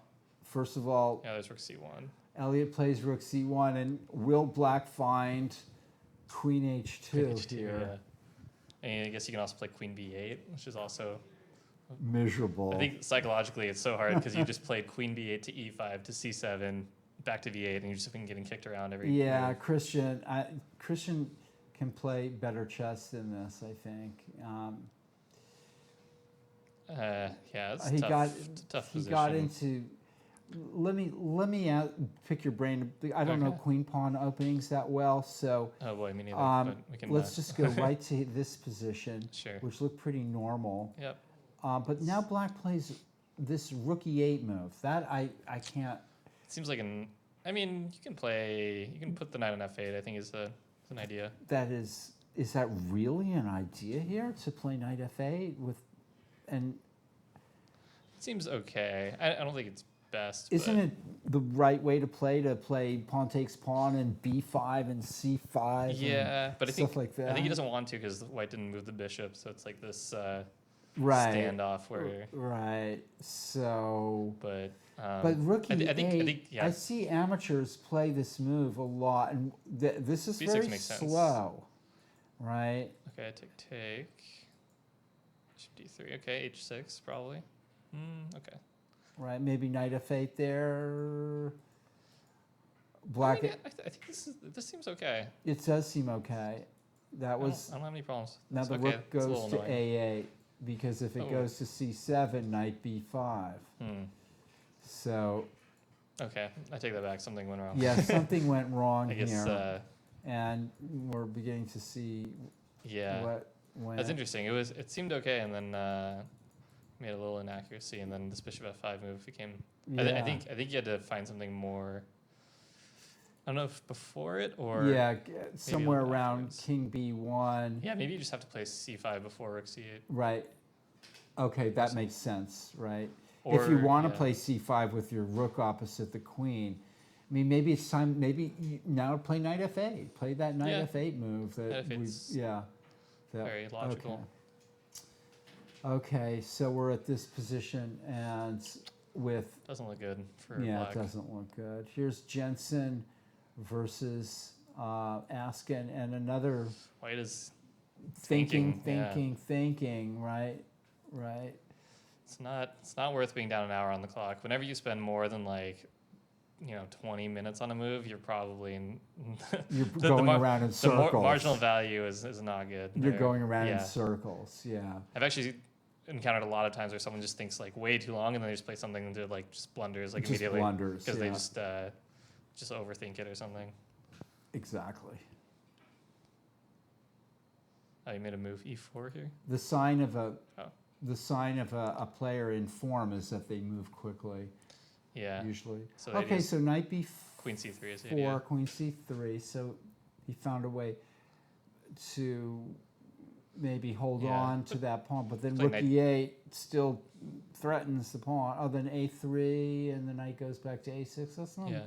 maybe not. You can also such just a- play knight c7 and white still has to defend this pawn. I got you. Knight c7 and then rook That e8. makes more sense, I guess. And then Knight c7. e6 and it never hits hard anymore. I think knight c7. No, I was criticizing strong. Black's play, but it actually starting to look pretty okay here.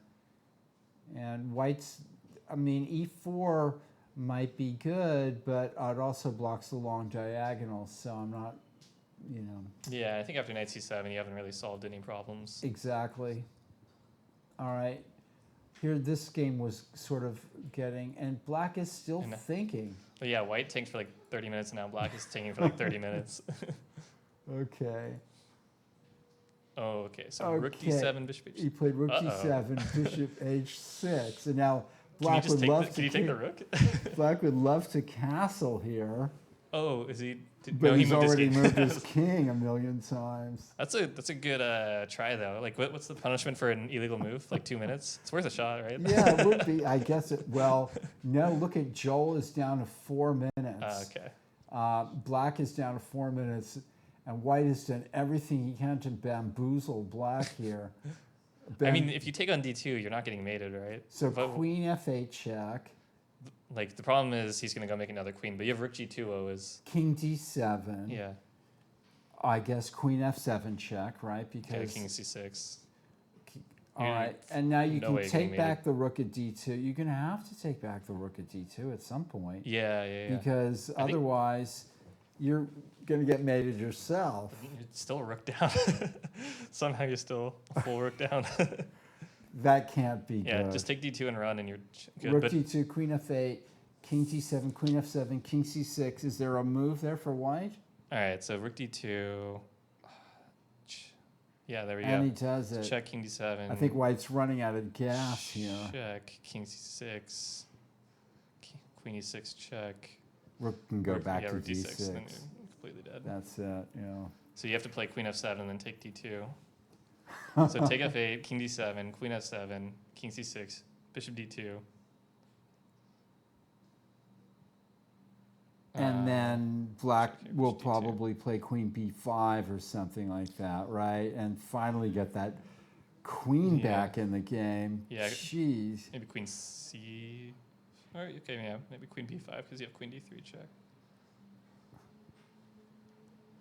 Yeah, white's completely lost. But 3 minutes with or 3:51 with only 5-second delay. Right. Like White's barely used any time. In fact, white is over the.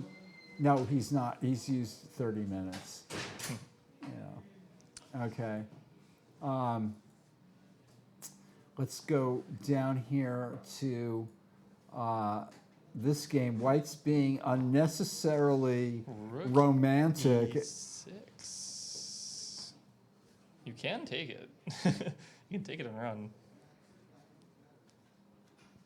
Can you take? You can't take it with the bishop though. Why not? Check, king f8, and then take. Oh, there's You no sack it back. threat. Yeah. I mean, it's probably not best to take No, with the I'm bishop. thinking white would take with the pawn. Oh, okay.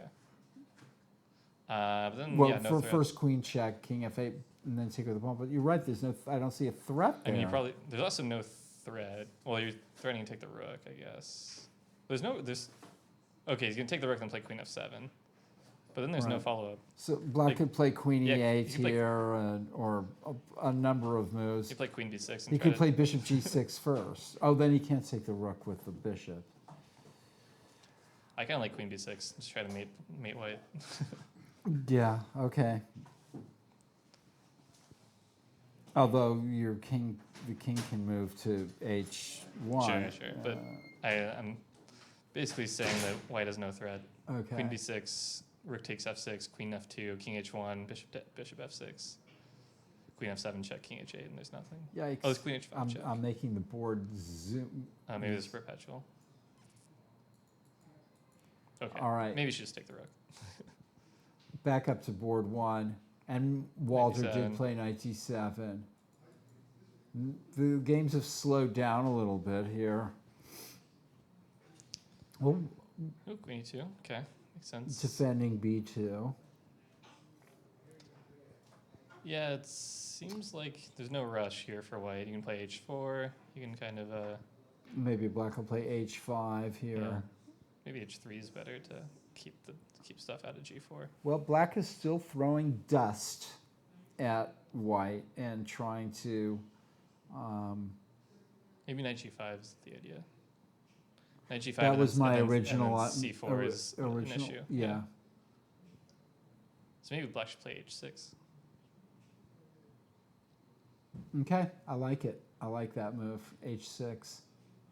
So still anything is possible here. Bolty. Yeah. Long- it's- and this it's was not what you want after to see. Knight d4. Yeah. Rook this has c1. gone wrong for white for And sure. black takes a nice square. And now black has the dark squares in the middle, and I think white should be okay, but it's gonna be tough to play because rook d4 plays itself. yeah. I mean, I guess you have to make sure g6 doesn't hang, but it's not an easy position. No, for it's white. not. A missed opportunity for white there.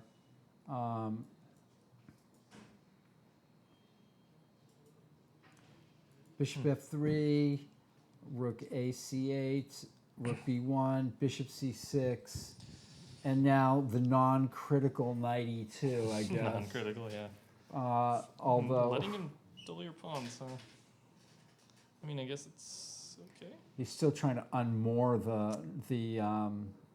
the knight at a5, or is that the possibility? Is Maybe. What if you just play rook d8 here? Knight d4 is the idea. Yeah. I feel like some e5 allowing, and then like rook d2 should be. Black should be fine here. Black should be more than fine. I agree. Okay, we'll move on.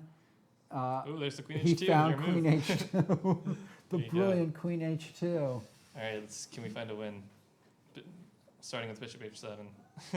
Okay, bishop h7, king h7, queen f7, and the idea is g6 check. Well, the idea is queen h5, g6. I think. see, queen h5, right. Boy, that looks incredibly Okay, so bishop strong. H7, king H7, queen F7, threatening queen H5. So I Queen, guess queen H3 is the only queen move. H3. If we just play like rook D to D1 and then rook H1 coming. Yeah, that's true. Well, it's hard to stop. And if rook That's probably F8, winning, then actually. queen E7. Yeah, Yeah, queen takes E7, Yeah. and then rook H1 still coming. yeah. So bishop H7, king takes, queen F7. What do you do? Get mated. Queen H3 or D to D1.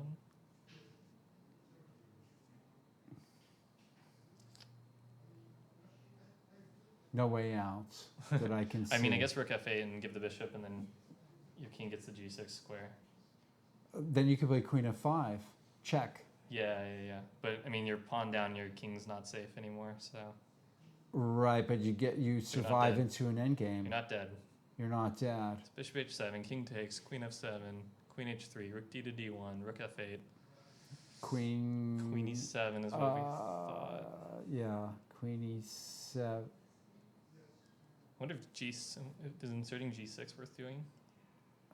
Might be. I'm wondering if, like, inserting G6, even if the king wins the pawn, then he's actually less safe than with the pawn on G5. But if the queens are off. No, the queens aren't coming off.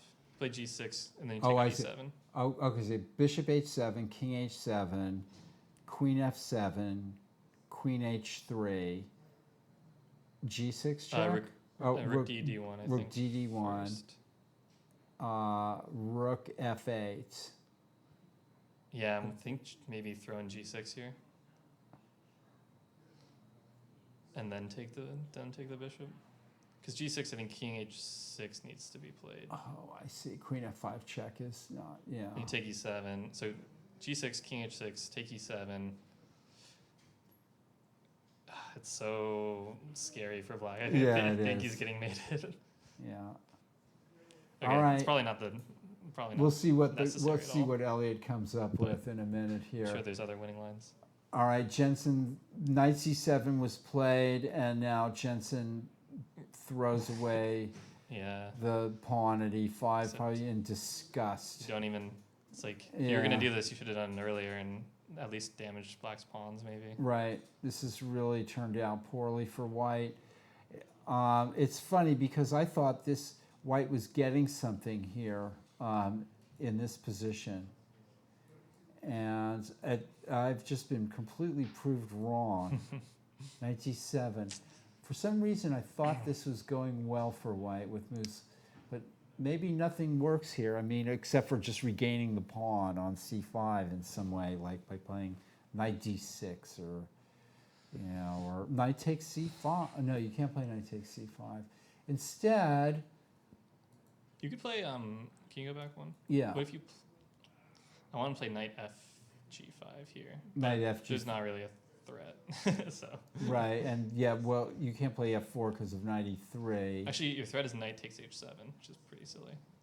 Right, Okay, so knight F G5. What do you do? maybe G6 because But then you can play F4 and then you don't Knight lose takes E3. Oh, you're right. Yeah, Dang. might almost be worth it to but probably not. Yeah, probably not. I'm looking at more like Knight D6 Yeah. and then exchanging on C8 And and white taking manages on to equalize or C5. something? Yeah, just equalizing.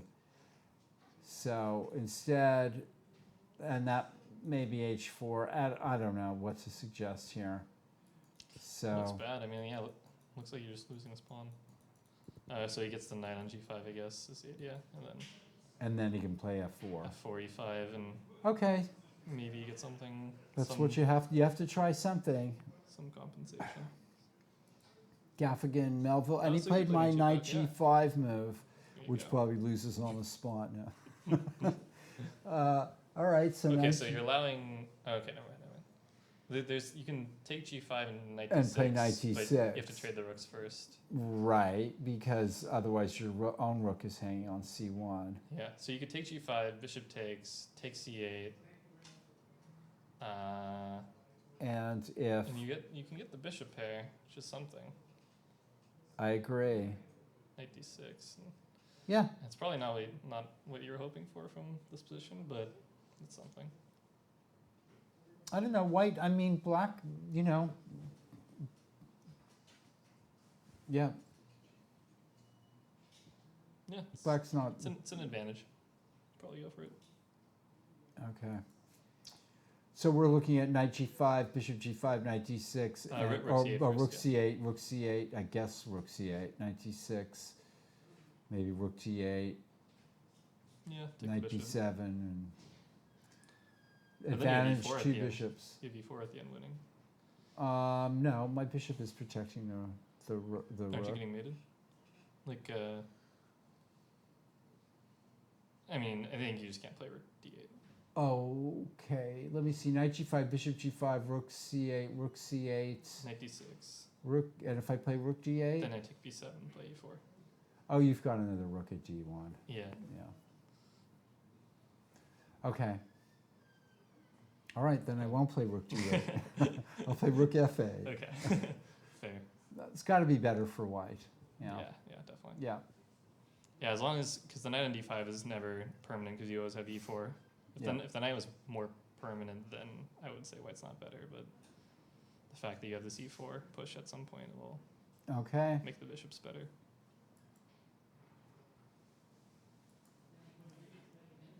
And this game. So you play queen c5. Okay, let's see what happened. checked. Let's see what happened here. King You d7.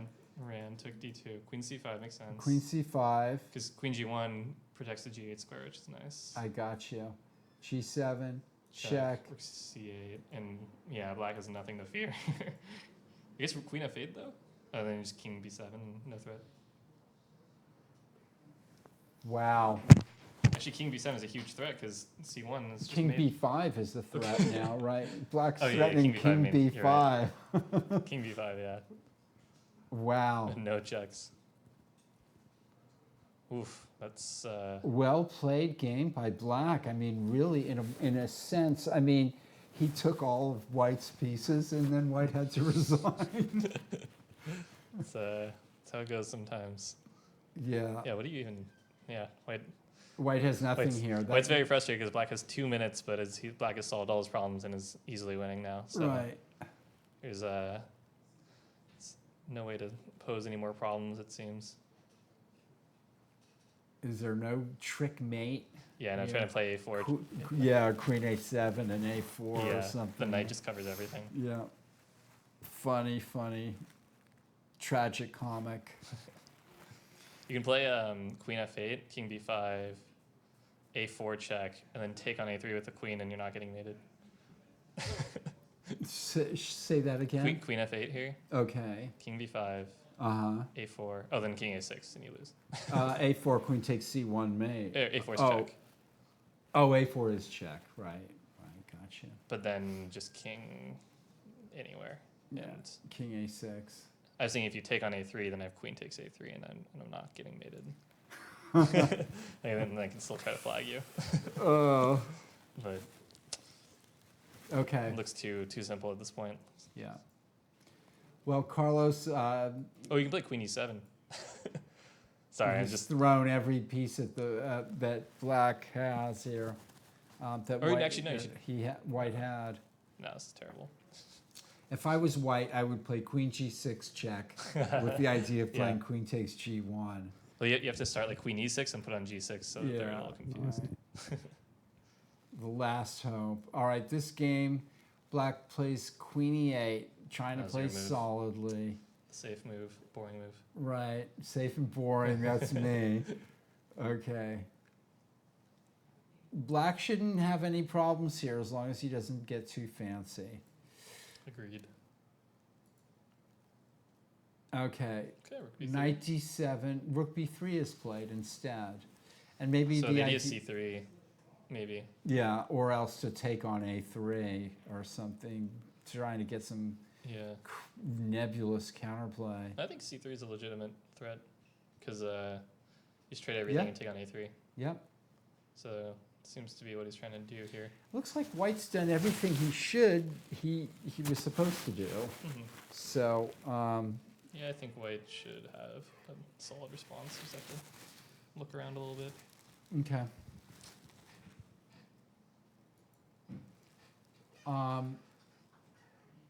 Let's see. Let's run them through one more time, and then I'm going to take a quick break. Okay, sounds good.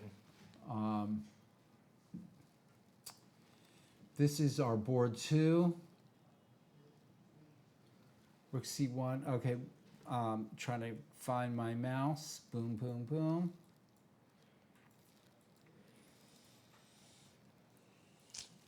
Black's still putting on the pressure. This is not fun to play with white. No, Oh, okay, so why can't you take G6 here?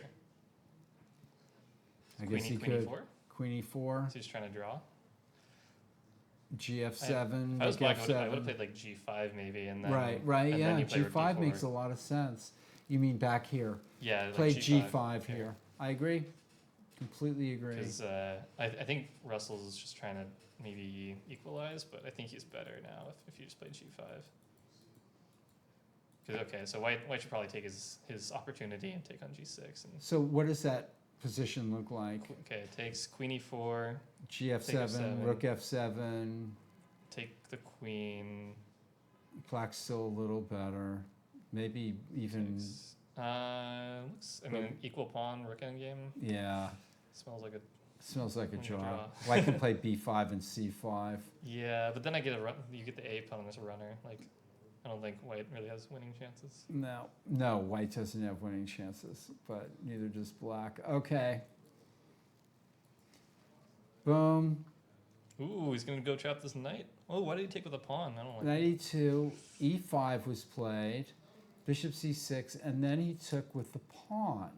Oh, because now if you take with the rook, rook B5, B6 doesn't work anymore.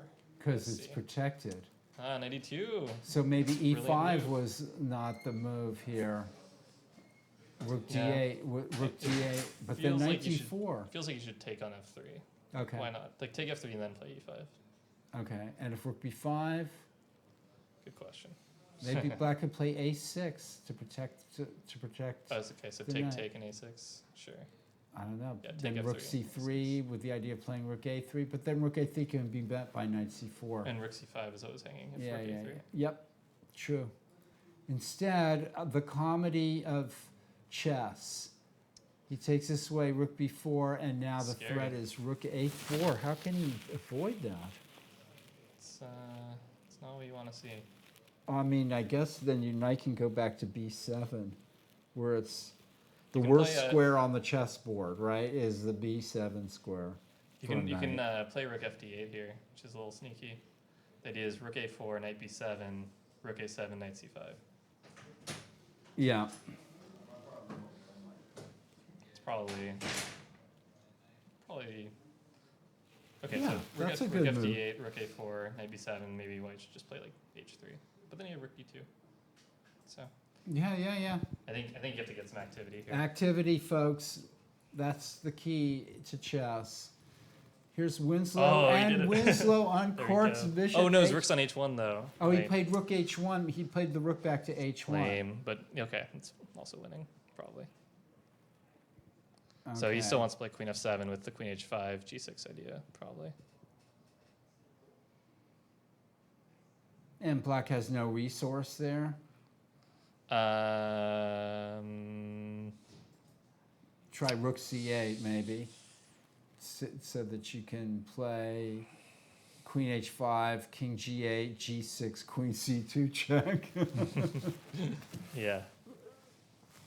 Queen F7. What do you do on Queen F7?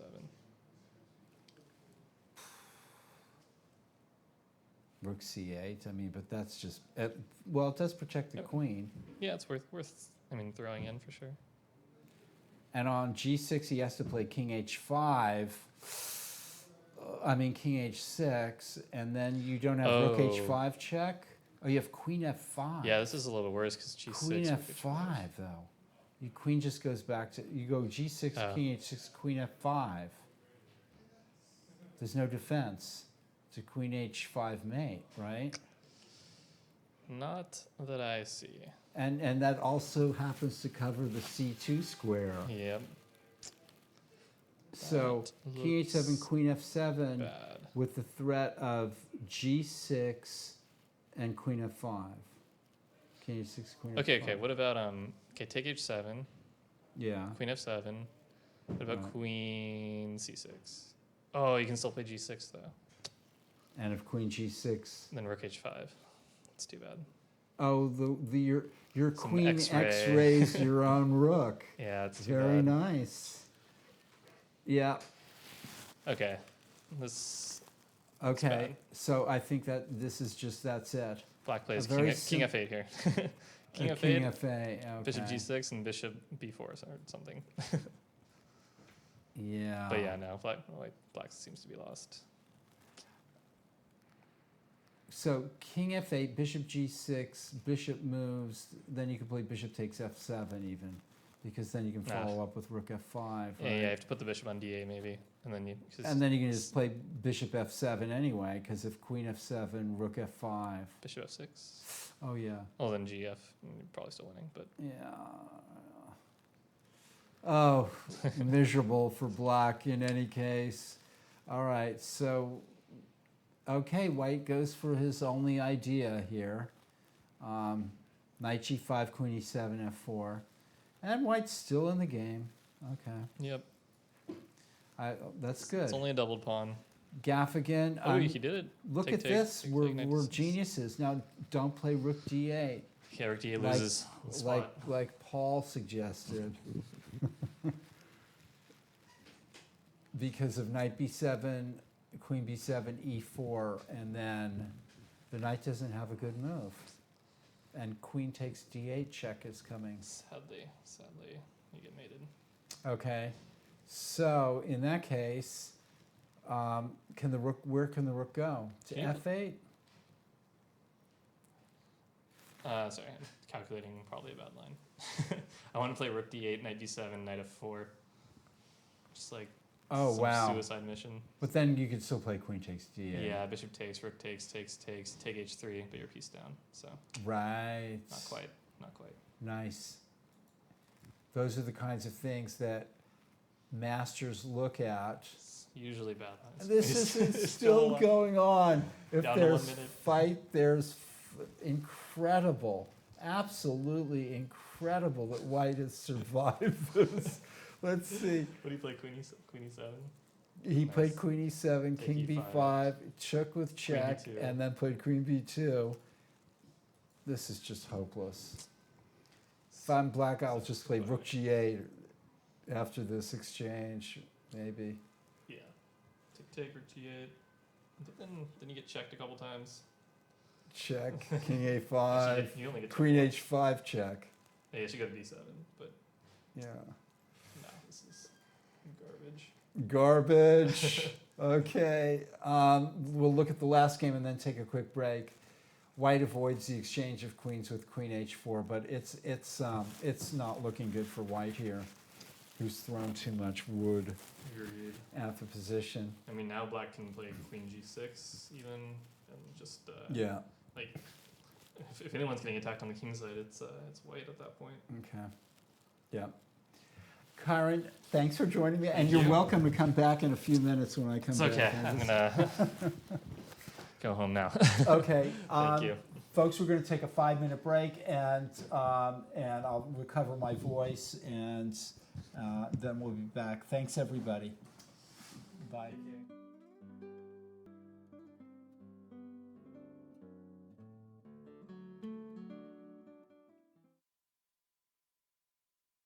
Okay, folks, FIDE Master Paul Whitehead here, back here, round 3 of the Tuesday Night Marathon Chess Tournament, and I'm joined by Mr. Joseph Roberts here, who's a TNM player. How did your game go tonight? The game went really well. It was one of those back and forth games. And you won. Yeah, I won. I mean, it's one of those back and forth games that got decided by a blunder, surprisingly on my part, and he just missed it. Tactically speaking, he was probably 3 moves ahead, and he was very strong at calculating like 1-2. So the moment I put my hand off the piece, I realized that he didn't pick it up, and it So- was lopsided ever since. So he saw 1, 2, but you saw 1, 2, 3. I saw 1, 2, 3, yeah. he And saw that's it. Yeah. right. Yeah. In chess, I mean, there's no shame in winning however you win, because let me tell you, it's the result is the most important thing in chess. Yeah, you know? I agree. And this is my first round playing. I got 2 buys the first and second round, so this is my first one in the heat. Okay. And we got 6 more to go. Okay. So tell us how you got involved in, tell us how you got involved in chess, and particularly the Mechanics Institute, because you just joined the club about a year or 2 ago. About a year. Yeah. About a year. Are you from San Francisco? No. Originally from Washington, D.C. Washington, D.C. I lived close to there for a while. Charlottesville, Virginia. Got it. Yeah. Wahoo. Yeah, no, well, I wasn't a Wahoo. I just lived in the town. I just lived in the town. That's all. And you're going to school here, law school? Yeah, law school. Yeah, law Cool. school. So At Hastings? at Hastings. This is the relief. Hastings, I see that building this is the Yeah, relief, the this is- chess. This is the The relief. chess is the relief Yeah, from the law school. This is the relief. Okay, so how'd you get involved in chess? Oh man, I've been playing chess for probably 30 years. Friend's uncle taught us how to play, and he pretty much simuled us both at the same time. Right. And we beat him. Okay. And that's what got the venom in me, and I've been hooked ever since. And The winning. the one win, my first time. Right, the right. one win, and him and I, we were sparring partners until we got stronger and got tired of beating up on people. And then come scholastic tournaments, and here we are. Right. And I know you're a fierce competitor. So, like, what's your rating again? 1369. Yeah. Okay, so you must be, you're definitely on your upswing, right? Definitely. Yeah. Definitely agree with that. Okay. Agree. My stock is rising. You should you should come to the Thursday class that I teach on Okay. Thursday. It starts at 5:30. They're free classes. It's the first 3 Thursdays of the month. There it is up there, and we go over the games. We go over your games in the Tuesday night tournaments. We just look at people bring their games up, and we hit the demo board, and it's solid 2 hours of figuring out what you did wrong. And the only price of admission is just to bring your game? Just bring your game. Oh, absolutely. I'll be there. Thursday, are you free on Thursdays? I will make time. Okay. I will make time. So day after tomorrow starts at 5:30. Tuesday night marathon. There's some little kids that show up too, but it's mostly, the old timers. Like, what am I doing wrong? And try to bring their game up to speed. I think it's a good class. All right, let's do it. I'll be there. Okay. I tell you what, Paul, any class taught by you, man, is a privilege and an honor. So Oh, wow. I'll be in the building. I don't know about that. That's what they were saying. That's what they were saying. Who are they? At the water cooler. That's what they were saying. that's what they were. Where, at the law school? No, right there at the water cooler. They were Oh, like, in the chess club. They were talking class. They were like, you mean Paul's class? Yeah, that's a privilege and an honor. So I'm going to take their word for it. Okay, And, as long as it's not at the law school. No. The law school, they feel like they have the one up on me because I compete in chess. They feel like they have the one up on me. In other words, he's not in the library right now. We have the one up. Okay. Well, no, I thought you'd be feared as a chess player. Exactly. So what happens is I call chess the break, but what chess does, it increases your focus and your concentration. And in a good game, you get that nice little adrenaline spike. Okay. And that kind of carries over into your studies. And it's like, okay, if I can grind out a Tuesday night marathon, sometimes up to, I think the longest game I've played has been 3.5, then Right. then 3.5 reading, it's simple. It's academic. I got that. Yeah. So we can help your law studies. We're helping. Absolutely. Okay. Well, chess. We're always talking about how chess, you apply what you learn in chess to the rest of your life, and it's interesting that you're talking about the stamina of it too. Oh yeah, right? you gotta have stamina, no doubt about it. And to anybody Because I don't watching, hear that a lot. yeah, that's the reason why Stamina. I'm here. And I'll probably say I'm probably averaging about maybe 6 or 7 games a week, always a Tuesday night marathon to get the stamina alone. Okay, interesting. What other games are you playing? If you're just apart from the Tuesday night marathon, are you playing on Chess.com. chess.com? Chess.com, Tactics Builder. Sometimes I don't have time. I got a couple of correspondence games going with buddies of mine all across the world. Okay, wow. All right, so, all right. Well, I want to help bring your game up a little bit because I know you're for one thing, you're my neighbor, right? I'm always glad to see you. I'm walking home, All right. and so there's a friendly face. Yeah. The other is that I like to see club players, and you're at that rating, that sort of level. I'm interested in your guys' games and how to elevate the games because you guys often make the same mistakes. you're making the same mistakes. You're on the Yeah. you don't. It's not you're not getting called out. Yeah, and that was the difference between the match I played tonight. We're making the same mistakes, but I can feel the breakthrough because I'm noticing the same Okay. mistakes that Okay. I can't say that I used to make, Right. but I'm noticing those mistakes. Okay, I know right where it's at. So the breakthrough's coming. I'm like knocking on the ceiling. Okay. Knocking on the ceiling, no doubt about it. Pounding on that door. Like This is this, like this. chess room director Abel Telementis. Hey, here. how's it going? How did you do today? I won. Good. I squeaked by. Yeah, I won. I feel like every game is a squeak. I feel like every game is a squeak. It's never easy. Never easy. No matter what section you're in. Right. Oh, okay. Yeah. Take some. Take it. Yeah. There you go. Wait. Is it? Are we on? However, All right. Get famous Yeah. however you can. Okay. Yeah. Yeah. We're up. plus we're on YouTube. You can take screenshots. You can go crazy. Yeah. You know? I gotta get going, but I do want to Okay. give a message to everybody out there watching that's either on the fence or motivated chess players. Come on down Tuesday Night Marathon. This is probably the only place in life where you get to make mistakes with no consequence. You get to make the mistakes, and you just play again. You get to walk away and come So- back again. Chess is like that. Chess is like Yeah, that. so wherever your game is at, feel free to come on down and make the mistakes. The hallmark of a best chess player is whoever is willing to just persevere and be the worst the longest until you're not bad anymore. So I'm here. I'm in the middle of the process. There's several others like me, and we love to have you. We're all in that boat too. Thank you, Joe. Well said. Absolutely.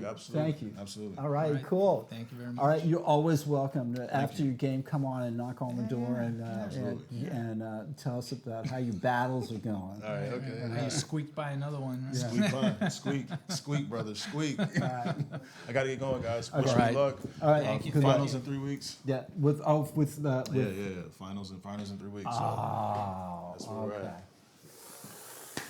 All right. All right, man. Thank you. Okay. You guys, man. All right, you'll be on YouTube. Take it easy. Take it easy. Okay. How's it going? It's going good. It's gotten better. I've been doing a lot of chess, and I'm sick of it. No, Want to talk about culture? Want to talk about? no. Let's Happenings? talk about your game. How'd you do? You played tonight. Yeah, I played David Olson. Oh, okay. Yeah, his opponent called in. I guess wasn't going to make it. He's 1400. Okay. So, we do our best not to have people not have a game. So I jumped in. I told him it'd have to be game 30 because got TDing to do and things. So And he was okay with that. yeah, and he was fine. And so we played a game, and I won. But it was a good game. Congratulations. Yeah, no, it was fun. It was a good game. Okay. So yeah. Been playing That's a it. lot lately. Yeah, you have. Yeah, you're the. Well, it's a tradition here that the tournament director plays in the tournament sometimes. John used to do it too. So. Yeah, and it was fun. It was fun. I mean, it's always joy. I don't even care, it's who I'm playing. It's just fun to play. So and get my reps and try to get some credibility that I do actually play chess. And Yes, you do. Yeah, even if it's not quality. you love chess. Yeah. I mean that comes through. Yeah, You well, love chess. yeah. And so that's why you're the chess. Take it easy. director. Yeah. No, we all love chess here, right? Yeah, we love it. Bye, Joseph. See you later. But it was a lot of fun. No, we're having a good week. We had an amazing Blitz and Rapid a couple weeks ago. Amazing turnout, just fantastic experience. And then we had the Carroll Caps this weekend. That was a fun tournament. And we just had a lot of action. We have a Scholastic event coming next week.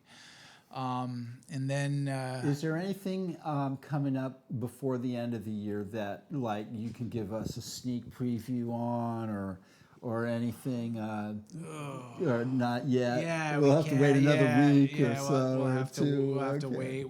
We do have big things, cool event planned, and waiting on some details. So waiting on that. That's good enough for me. But the community will know about it, so that'll be an exciting thing. We've had the Marshall match. And in fact, I heard that we're going to be written up in Chess Life. Yeah, actually, Judith and I are working on the article right now. We have a submission deadline on Friday, so Wow. we actually already started. It's just kind of refining it, and then Marshall, and then I'm hearing sounds. Okay. Yeah, started it, and so You started it, right? I started it, and then Judith's gonna So there's tell me whether it's right or not. The historic. We're talking about the historic match between the Mechanics Institute and the Marshall Chess Club, which was won by a squeak by the Marshall Club after The internet was favoring them that internet day. glitch, but there was a forfeit, and it was it was a friendly match. Yeah.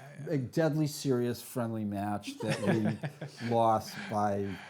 Anyway, They won it. They took it. They won it, fair and square. It was so much fun though to kind of be a part of that, and just the whole team, like all the team chess like matches, like the format. It's just so much fun because just everyone's like emotionally it's not something invested. that I did play in a few telephone matches back in the long days, and it's true. I but didn't play in enough of them. I think they were fun. They were a lot of fun. Yeah, it was a good time. And actually, I was talking to some of the players here. They were talking about organizing a mechanics team for the U.S. Amateur Team West in February that we're organizing. And I said, that sounds fantastic. I expect 4 teams from mechanics. From the mechanics, wow. Yeah, because I mean, we have the players. They're committed. It's a loyal group, and Judith will round them all up. And Yeah, is there any more talk about another match with the Marshall? I know people were, even from the Marshall side, I heard that there was talk about them wanting to, the players wanting to. play again. I think there's with the very first match. I think with the very first match, I think it was important for everyone to be in the same location, just for kind of the appearance, and we can broadcast and everything. Then I think maybe the second one, it's not so important anymore, right? So I think the logistics as well is easier. I know some of the Marshall players are maybe involved with the Pro Chess League. I don't know. So that's also something that we have to take into account, how Pro Chess League scheduling works. Yeah, but we'll see. I'm kind of hoping in December or maybe January, right? Yeah. I mean, I think we'll be ready to go, and now we know what to do. Yeah, and also like quite a few actually other clubs reached out to us. They want to do it, so I think we are going to start something new. And actually, I don't know whether it's a compliment, but somebody's saying that they're getting Greg Kinnear vibes from Paul over here, I can. the actor. Uh-huh. But you don't know who he is, so Who like, is that? I don't know. what's he been like? Is he a comedian? No, he's like, what do you classify Greg Kinnear as? Juan pulled it up. He's like been in movies. I thought it was. Like I thought it was House. I thought it was. Early 2000s, late 1990s. I thought it was House. Yeah. No, Well, not I House. Mean, I don't know why people think that they can make personal comments about me. Hey, when you're the But you put But on I your guess I'm- sunglasses. when your head, you're totally. yeah, you're the face of the Right, broadcast. I'm the Totally- face of the broadcast. Okay, folks, Exactly. here we go. There you go. You're fair You game. know, You're fair game now. Now we're going to get Where's your head? Joe Pesci on you here. or whatever. There it is. Right. I look good. You should all go. Okay. Yeah, you look. Anyway, so we're having fun. We're having a great time organizing, doing what we're doing, and we're just looking forward to doing more of it. And yeah. Thank you on the King's side. I took it as a compliment. Yeah. I should also. Do you want to? Shall we talk about what's going on in the chess world, at the Mechanics Specifically, Institute? Yeah. there's a lot going on in the chess world. Take but a look at. Well, actually, there's one thing we didn't mention, there- and that's Wesley So winning the 960 the championship over Carlsen. the Fisher Random. Yeah, That's a and- fantastic result. and it for was an actually- American. We have an American world champion. And it was pretty dominant fashion, right? I mean, it Yeah, was. very dominant. Yeah. So, we have an American world champion. So We should be celebrating. Congratulations to Wesley So. That. Absolutely, and not only that, but I mean, there's a lot of people out there who think that this is maybe more of a true test of chess strength. Yeah, than because than the regular world championship. Because it tests your knowledge of position right off the bat rather than prep and. Yeah, exactly. He proved to be a player with great natural talent. And actually, on the King side, it's talking about Wesley should be the wild card at the candidates. I think they should make it that the Fisher Random World Champ should be Seeded in automatically. Yeah, automatic right. seed. Well, they actually eliminate the wild card and say, hey, the Fisher Random automatic bid, whoever's the world champion. I think they should take all the top players and take away their opening book from them. I don't know how they're going to do that, but Or we can do like some tournaments and say, all right, for the playoff, you have to play the King's Gambit. They used to have those theme tournaments. No, I know. Yeah, I know here too. They would get some rich guy who would wanted to, the Rice Gambit tournaments were famous for some. The Rice Gambit? There was this guy what's the that Rice Gambit? there was a rich guy, I don't and even know he what had that is. these. It's a variation of the King's Gambit Okay, where okay. White just loses, but there's a guy that wanted to See that. to see his opening Full ideas display. in full display. So he put on these expensive tournaments and got a lot of anyway. Interesting. The one game I was looking outside that I just could not take my eyes off was the Carlos Davila, Joel Marcus. Like that Is was that game just still going on? It's Yeah. hard to believe. Yeah, look at This that. game is completely lost. I'm trying to get my mouse down here at the bottom. Let's see. All right, Black could have just played Rook G8 there and taken the pawn. We'll go back here one move. Black could have played Joel could have played Rook G8 here, Yeah. and that would have been it. I mean, your rook ahead to eliminate that pawn. Queen D2. Well, that's not going to help. Yeah, Carlos is just. this is where we're at now. Carlos is just wow. thrashing around here. But he's really doing some incredible thrashing. Look at this Queen D1. Is that really a move? And finally, that pawn is eliminated. Yeah, that's And it. White's That's just. You've got to give him like that credit. fish that's trying to get out of the boat. It's just, I've been laughing my way through this entire game. It's been so great. I mean, Okay, to watch look at that. Carlos just try every single thing he can. I felt there's like a He's just trying every trick in the book. oh wait a minute. Oh, This doesn't look No, good, though. I mean, if Queen G2, Queen C6, there's no way that he's going to be able to. I feel responsible for this because there was a point in the match where Carlos had asked if he can go get a smoke. And I said, no, you can't leave the building, right? And Really? He looked disappointed.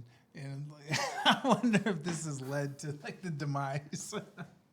So, well, that's an interesting thing. Is that because of the Just the CD? length of time that Oh, you'll be I away see, from I see. That's what it has to do more with. He looked disappointed. And Joel is down. Look at this though. Joel is down to the increment, to the delay. He's playing Yeah. inside the 5 second delay. And that's tough because you know what's fork or whatever can happen, right? When right. Okay. Anyway, he's losing, and Joel is winning. So let's roll on here. This we'll go back to board 10 where white is. Black could have taken this rook with the bishop, but instead takes with the rook. And remember that Black is being unnecessarily adventurous here, and in fact, okay, well, this is completely lost for white. Yeah. One piece down.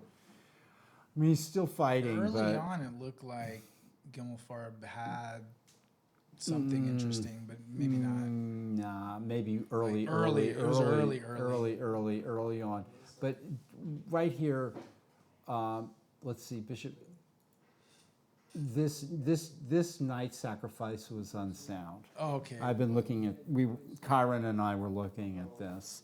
I mean, there's just not enough pieces to. Not enough firepower. Not enough firepower over there. He gets two The queen pawns. h5 doesn't do anything now. Yeah, it doesn't really look because Black can cover all the squares like with that move, and then there's just too much defensive Right. stuff over there. What about Elliot's game too? I was looking at We're- Elliot's and We're gonna let's run up to Eric Lee and Michael Walter, where actually, amazingly, Walter crawled back from the dead here after Queen E2. I mean, Eric Lee is up.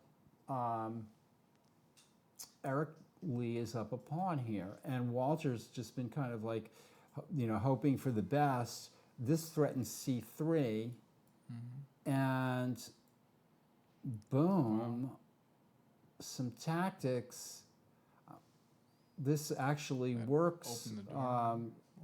If knight takes B3, then I think bishop takes A3, maybe, or queen takes A3, and the knight and the rook are both attacked. So this is Black is gaining back.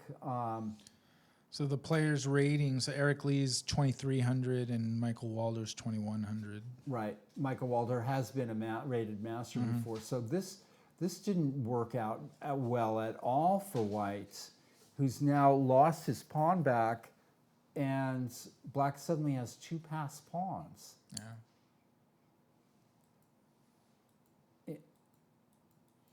White's trying to blockade the dark squares again. White really has messed this up, and now we'll probably be lucky to draw maybe with Black having the outside A pawn and the pass pawn, the C pawn. I mean, it's tough. It could go either way. I mean, Black has to be careful too, but. White has a safer king, and there's some weak squares possibly around the Black king, like with Queen A5 and Queen D8 check or something crazy, some And with a quick knight, attack, and that's why he played H3. I think is to start to give himself some room. Although Black could maybe play Bishop takes H3 here, and if Bishop H3, Knight F3 check. Yeah. So I'm not sure what's going on. Yeah. A tough game. Let's see here. This was Boldy sort of losing the thread. He missed some very good, and finally, another mistake. White should definitely play F takes G6 here, and then if Black can't take back with the pawn, right? Because if Queen takes Rook check. So Black would probably play Queen takes E4, and then GF7 check, Rook F7, right? Because you can't play Queen 'Cause you're F7. pinned. Yeah. Then Queen E4, and you get a Rook ending. There should be a draw. That's the variation Kyron and I were looking at. Instead, rook e2, and black gets to lock up the side, and now black has positional advantage here. I think Ethan might be trying to ride the wave because he had a good win last week against Elliot Winslow, and Well, maybe he's trying to He's kind of push. He's a pawn down. Oh wow, here. we're that far. Yeah, he's a pawn down. Yeah. And Pretty far now along. rook b4 maybe, or rook e3. Rook e3 would force rook a4. And it's still not clear. It's still not clear. I mean, black is clearly better with the extra pawn, but whether he's winning or not is another story. Okay. It is a strong chess club. Some days it's stronger than others. Yeah, we had a few players take buys. So Natalia Sodikova took a buy today. She's 2,200. And actually, another regular player of the TNM lately, Josiah Stearman, he's 2,400. He's playing the World Youth Team Championship. So That's just over, I think. yeah. Right. So yeah, strong club, strong players, and great games. This has been a disaster for White, who's just lost a pawn for nothing.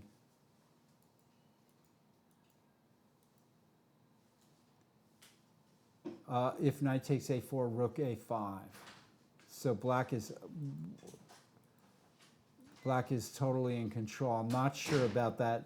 This f4 move by black sort of gave up his own flexibility.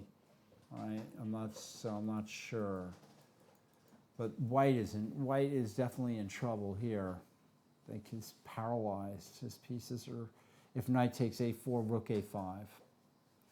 So all he can do, the only piece that he can move, well, he can move his knight to some other square, but it's black for choice, for sure. But what if black is able to get their knight to e3, right?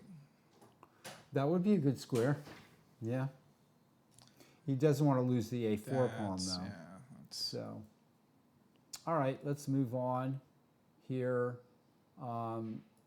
Winslow, this move just won. Karen and I were looking at this. And queen c6 lost to g6 check. Yeah, this is exactly what happened. Oh, no, that can't have been the move. yeah. That I saw that. What happened here? Why didn't White play rook h5 check, winning the queen? Oh, it's check. Check. He yeah. must have overlooked the fact that it was check. Check on b1. Unbelievable. Yeah, I saw that Blunder position. by yeah. Elliot Winslow, and the same blind spot that that Kyron and I had. We thought g6 check won on the spot, Yeah. and in fact it loses. Losing. Yeah. Unbelievable. What a White is. That move doesn't seem to make much. So well, he's. Wow. I mean, White has some possibilities of drawing this, but yeah. not against sort of correct play. But Christian's going to have to play correctly, and that could be a challenge. Yeah. White has 2 pawns, but There you go. all he has to do is pick up one of those 2 middle pawns. Yeah. This is unbelievable I mean, blind spot. It has to go down, right? Let's- Yeah. So here, Elliot thought that he had calculated a win and played bishop takes h7 check, just for the benefit of everybody. King h7, queen f7, queen c6. Kyron Griffith and I had both seen this, and both thought that g6 check won here. Interesting blind spot. Yeah. The fact is that black takes on g6 with check. And now you have to trade. And I'm sure Elliot was shaking his head like, unbelievable. Yeah. All right, so Elliot's just going to try to hold this, but I mean, black can just play bishop d4 and then the rook and the. Well, you just go rook h2. Yep. Okay, moving on here. Christian will look at the next game. Even international masters can make horrendous blunders, as we just seen. This is Jensen versus Askin. These are two A player versus expert. And white's definitely getting some play here. Does black overlook the fact that, well, knight e5 is possible, maybe here, and if f takes e5, queen takes g5. So I'm not sure. I mean, white can play knight h7, but that's still, maybe knight e5, rook a e1, okay. So knight f8, takes, knight e4 with infiltrating here. And white is definitely stirring things up here.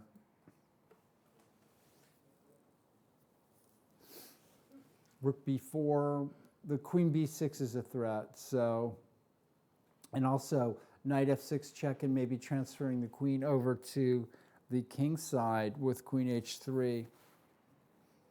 Black could be in trouble.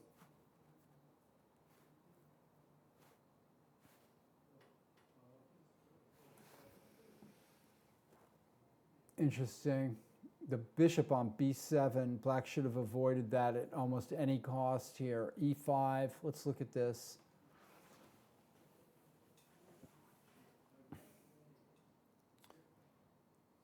Yeah, somehow black got a little gummed up here. And he's finding himself in trouble because of it. Gaffigan won this. Oh, this is exactly what happened. Black blundered with rook d8. Just the very move that that Kyron Griffith and I were talking about was a bad move, and he played it. Rook d8, knight b7, queen b7, e4, and black in this position had to play rook f8 and play the rook to neutral square, rook d8, and then this is just a simple, if the knight moves, queen takes d8 check. Okay. Do you want to move to the last game? And I can kind of explain what's happening there. This game? Yes. So Ilya made an illegal move. Well, yeah. It's not going to show up on the DGT boards, though. I don't think so. Well, let's wait until you go to the end. So it's quite the end game. White has around 3 minutes and 20 seconds, and Matteo has quite a bit of time left. And yep, that sounds right. Okay. Yes. So at this point, white actually moved to d3, and that's an illegal move. So Matteo correctly paused the clock, called TD, and if you're under 10 minutes, normally would be 10 minutes off your clock if you made an illegal move in FIDE rules, but if you're under 10 minutes, it's half of your time. So his time went from 3:20 to, or whatever it was. And he moved king then, f1. yeah. So, and he had to move with the king because he already touched the king. So he moved king f1. Well, white's lost here. Yeah. So in any case, white's it's an lost. interesting TD scenario. I Yeah, thought it that is. to come back and It explain. is. Illegal move, folks. Don't make it. You're going to get punished. Let's go to David and David, Carlos and Joel. That was an incredible end game, and Well, well, or not incredible, but You've I'm been following this game yeah, for but sure. why did Carlos resign? Can you guys tell me? Because Well, he's a rook down here. yeah, I know he's a rook down, but he's like 2 seconds. His opponent has 2 seconds, and he went from 5 seconds to 4 seconds to 2 seconds, while Yeah, but Carlos was Carlos like is gonna lose his queen here too. yeah. But Carlos is there a forced move that I, you know? Well, if king a2, he's losing his queen next move. Rook takes c2. So maybe he just got. He's been playing a rook down for about 40 moves. I think he But- may have just gotten disgusted with himself. Yeah, you know, and just threw in the towel. But if we go back to the But final position, why now here's and the why force. not 10 minutes ago when the opponent was 5 seconds? Like 2 seconds, literally all because it had. Here's forced, isn't it? So Well, that's he what has I'm to saying. play Is king, it if he plays forced? king a4, Okay. rook d4. I mean, this he's going to get mated or lose his queen. I mean, Okay. No, if it was king just a2, rook takes c2 check. If king a4, rook takes c2, wins on the spot. I mean, you probably made him by force with rook d4 check too. It's just, you know. even if it 2 seconds. Here, king a4, rook d4, check. The king has to go To b3. b3, rook d4 check. King has to go to a file, and then Yeah, I mean, I understand what you're saying. From a chess point of view, It's this is lost. Yes, completely I know. lost. So I went after Joel and say, hey Joel, did Carlos resign? Because that's what I took it, right? And everything. And so yeah, he's surprised too. And I thought that I'm just, you know, with 800 reading, I can see the force moves. But, Right, but he's a rook down. but so. he was surprised too. But yeah. Interesting. Yeah. So yeah. Anyway, Um, how's Michael back doing? up to board one, and Michael, we were talking about playing bishop h3, and certainly he played it. Nice. If bishop takes h3, knight f3 check wins the queen. So white finds queen a5, trying to start his own little queen d8 check and maybe queen f6 check sequence. Knight c6 defends against queen d8 and attacks the queen. And the queen makes a strong centralizing move at d5. I'm not sure that black wanted to do this. If bishop d7 now, I mean, it's not clear what's going on. Bishop d7. Maybe, excuse me, knight c5. And if c3, knight d7, c2, looks like black's making another queen, but white has some play there. Very complicated. Yes, it Extremely complicated. my head is spinning here. If bishop d7, also white can play queen takes c4, and we've got a long game ahead of us. He's probably trying to play bishop takes g2, but that passed pawn at d7 could become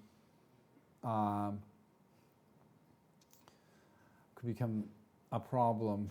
My head is spinning from this, so I'm gonna move on a little bit, and we'll come back and see what the players did here. Boldy was in trouble against Wong. sure. As long as you don't go through my game, that's fine. And Russell is, yeah, we're not, we looked at your game once. That's Yeah, all you need see. to, yeah. Yep. And I like the way Russell, yeah, I've not been drinking enough water here. Well, this is a complicated position for sure. And white's trying to, you know, hope for some counterplay, but yeah, black is definitely better. Whether this is a win or not, I'm not sure.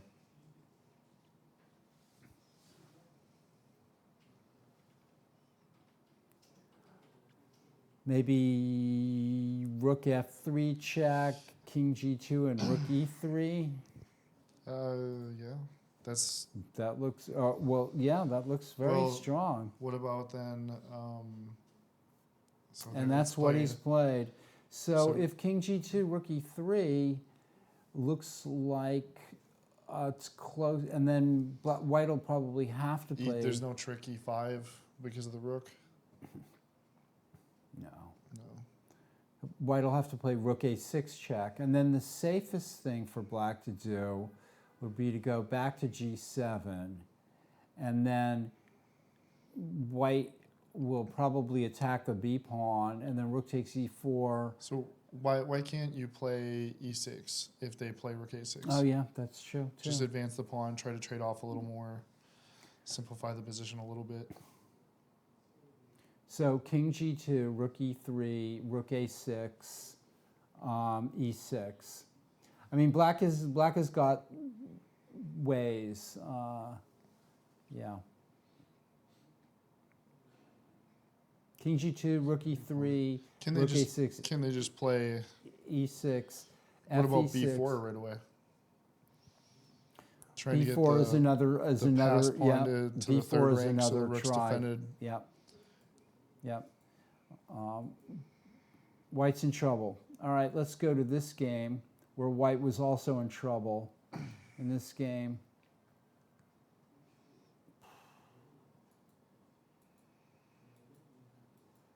well, it looks to me like it's time to play rook takes rook and king c5. Yeah. King c3, and then get the knight, maneuver the knight around. Knight and king and knight endings are like, have you ever heard the expression that king and knight endings are like king and pawn endings? So Yeah. I've never being a heard the pawn expression, up, but yeah. being a pawn up in a king and knight ending is like being a pawn up in a king and pawn ending, often. So black is definitely. Oh, here we go. Black is definitely plays knight Trying to d7. get the knight back in the game, but And I guess if rook b1, rook b5. I don't know. Okay, let's move on. This poor Elliot just did, this is an incredible blunder on Elliot's part. so where did he go wrong just from I'll my sh- viewing pleasure? Okay, he's losing here. Yeah. And sadly, the a pawn is not queening on the correct color of the for white. In other words, it's good for black. So there's not that possible resource.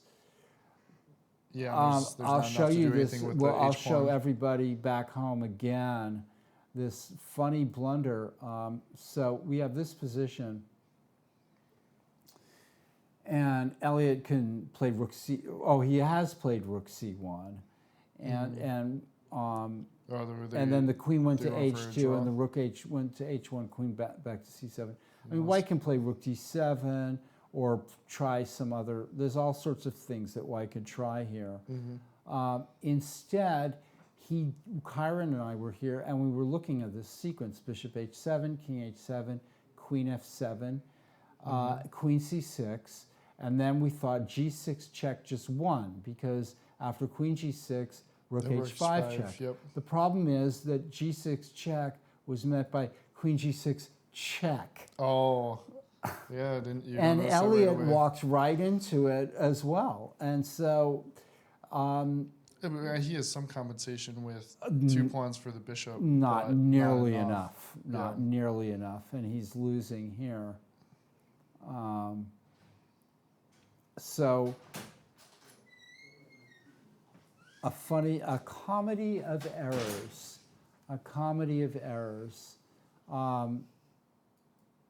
here we have Jensen actually making some chances for himself against Asking. Askin. Sorry, your voice carries over the chest room a little bit. I'm sure it does. I don't know what to do about it. He has to give up the queen for the knight. This was a terrible. We need to soundproof the room, So because I don't think I've been talking any louder than I usually have. but Is there any sort of that might be why. This was just a disaster for black. Unbelievable disaster. so for white here? Is there any sort of idea of king h2 bringing the rook to h1? How about bishop takes e6 and queen g7, Yeah. mate? That's And you're pretty up, easy, and too. you're up a queen for a Yeah. knight. So Yeah, it's not too all many bad moves. academic. yeah. It's all academic. All right. We saw this game, the end of that game. We saw the end of the Davila game, which we saw your game. Oof. We won't go. We won't go into that. White's not hanging on here. No. This is. Why did he go back? Oh, I see. Yeah, those 3 pawns are just gonna run. Oh. Whoa. I'm not sure exactly. Black looks like he's badly misplayed this.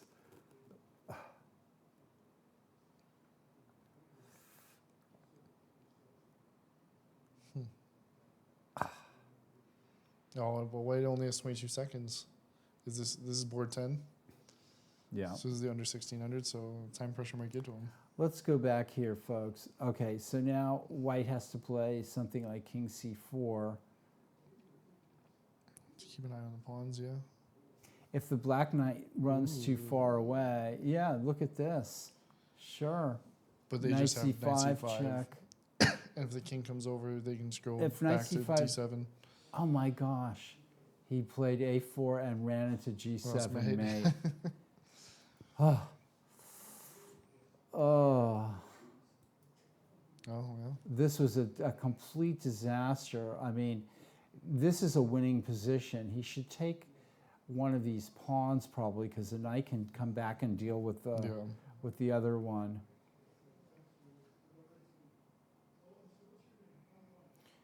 For example, king King f4, f4. and if g6 knight e5 check. Yeah, you win the pawn on the spot. Yeah. Yeah. Okay, this is a horrible result for black. Let's go back to board 1. This is probably where we should stay for a while. After queen d5, black played bishop takes g2.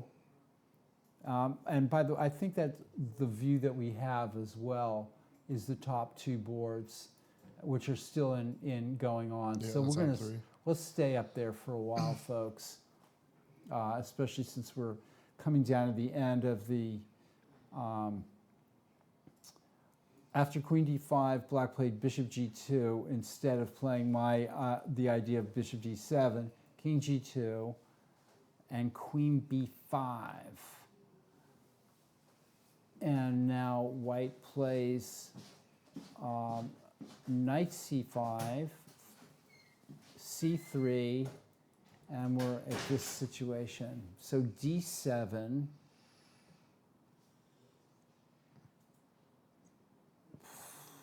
d7, do you just play knight d8 right away? Well, it's on the board, but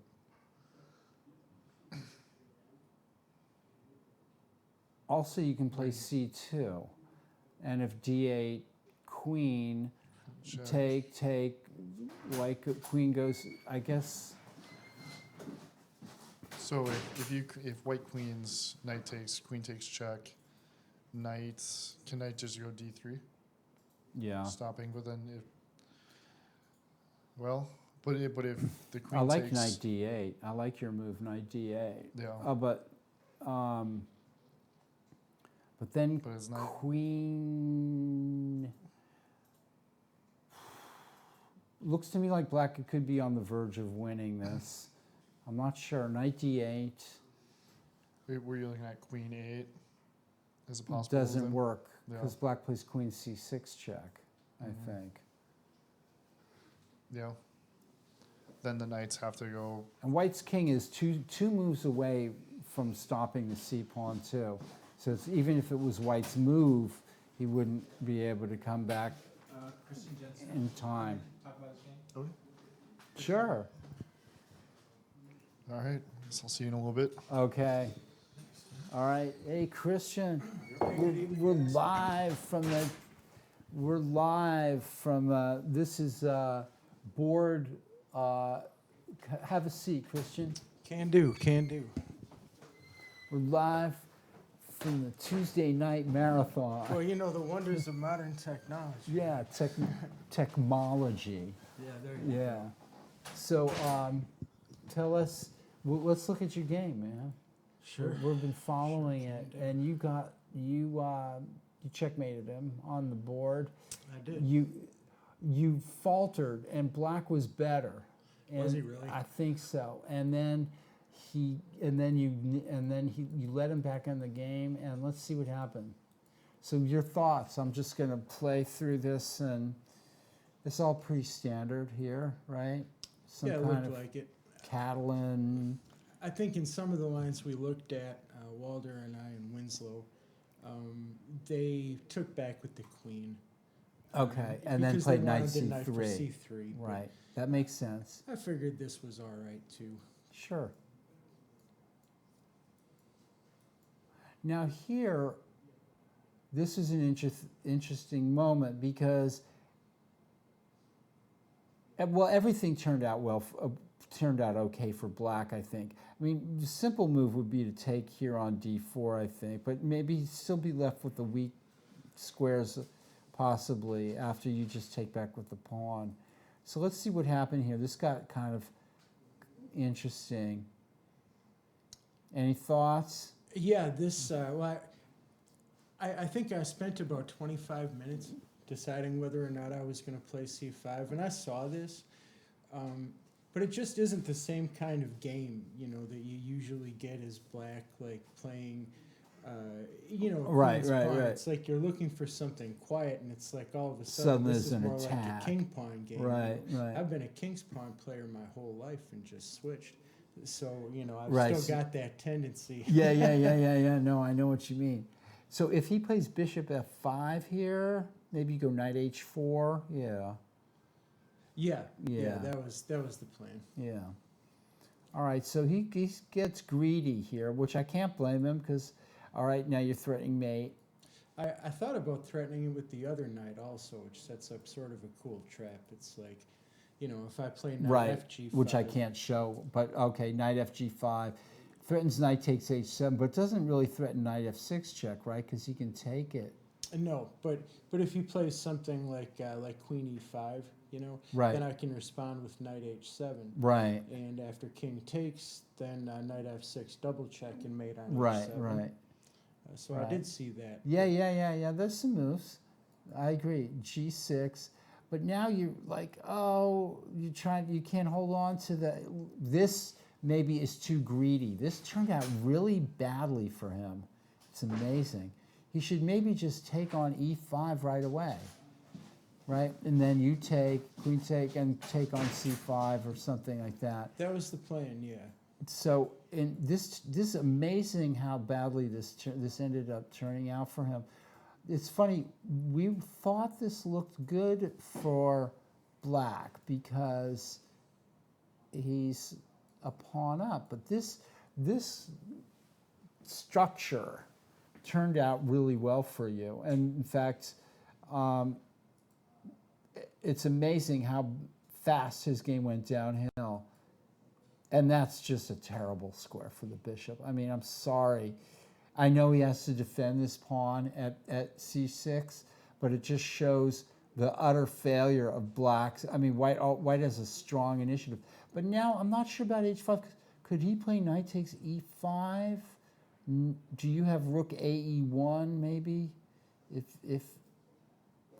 If he plays knight takes pawn, Okay. if you play pawn takes knight, he plays queen takes knight. He takes knight, right. But maybe you can pin him.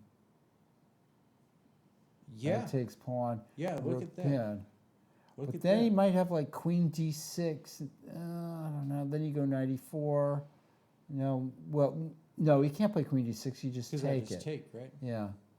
And queen f6 would open him up to knight h7. Yeah, you probably have enough there.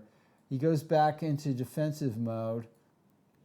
This is just I was at this Right. point. I don't know. Yeah, I felt you're- like he was pretty much dead. you I know, think so he there's- pretty much there's not is, much too. to do. This is just, I mean, Black just wasn't thinking far enough ahead here. That you have a crushing positional compensation, and this opens up the way for the queen. No, I figured for sure he was going to come in there with the queen. After which I think I'm better after rook h3. Because Yeah. he cannot take because of knight f6 check. So he really has nothing better than to just, Yeah, and your get rook out is of dodge, yeah. and then I'm going to get the I don't check think for he's getting free. out of dodge. I didn't think so. Maybe either. maybe this is his last chance to play rook yeah, takes to take, e4. right? Yeah. Yeah. I thought he might play queen takes. Yeah, he needs to play it now. I mean, Yeah. he needs to. But He's got it's to try something. this is it. He's lost, and there's nothing he can do. Yeah, and he, then- he didn't see it. When I'm sure after this, you were feeling pretty good about your game. Well, it seemed like I had winning chances. Yeah, well, that's the understatement of the year. And this finished in a completely brutal fashion. Nice game, man. Nice Thanks, game. Paul. I Yeah, appreciate it. yeah. You can I play a game. appreciate Yeah. You know, What really struck me, I guess, what struck me is like how things seem to kind of like go. You played with this consistency, right? Like, right, all the way from here. At this point, like your moves kind of hung together. You know what I mean? they fit a theme. They did, and it was Black who needed to somehow be a little bit more accurate. And if I was Black, I would start somewhere around figuring out what a better way to defend my position is here, and maybe this whole b6 stuff. Like I said, just take on e5 and don't get worried about this b6, about defending this pawn and putting your bishop on this horrible square, and then you know what I mean. It just went from bad to worse. That can't be the right Yeah. idea. Yeah. Can't be. Well, it's not every day you get so much for the price of a pawn, but I lucked out this time. Let's go see how Elliot. You want to stay here for a minute and see how Elliot's just. Oh my gosh, poor Elliot. He lost. That's not like Elliot. What happened was this. His opponent's playing very well here, but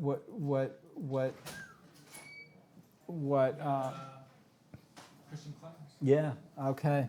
I'm gonna invite him in. So Sounds he's good. gonna Have a take your good night. spot.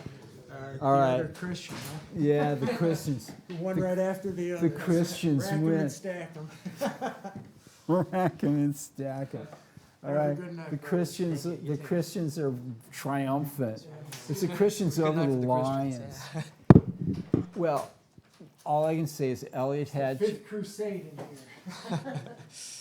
Elliot had you dead to rights. I think so. Yeah, for it was. for the whole opening.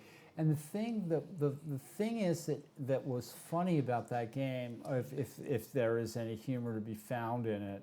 Okay, so Eric Lee and Michael Walder. This game was.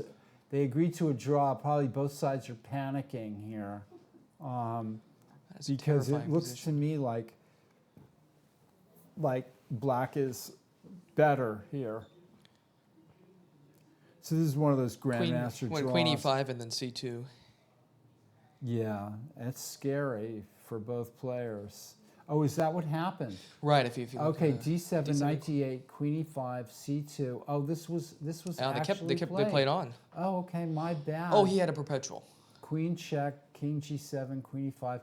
Doesn't want to play f6 because of f6, queen e7 check. queen e7 check, and then then you have to play king h6, and then queen Oh no. f8 Well, check. can you play? You can't Oh, you can't play knight e6. No, you're right. Yeah.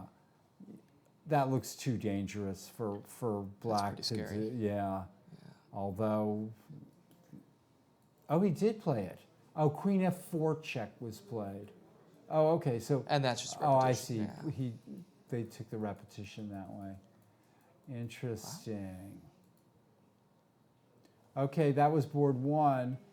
And Russell Wong, let's see how this game finished up, and then we'll look at your game. Sure. Oh, for some reason, White just, He well, gave up pawn. I guess he didn't, Oh, to get the e7 pawn. I know, But but that's not maybe really- not the right way to do Not this. gonna happen. B3. Yeah.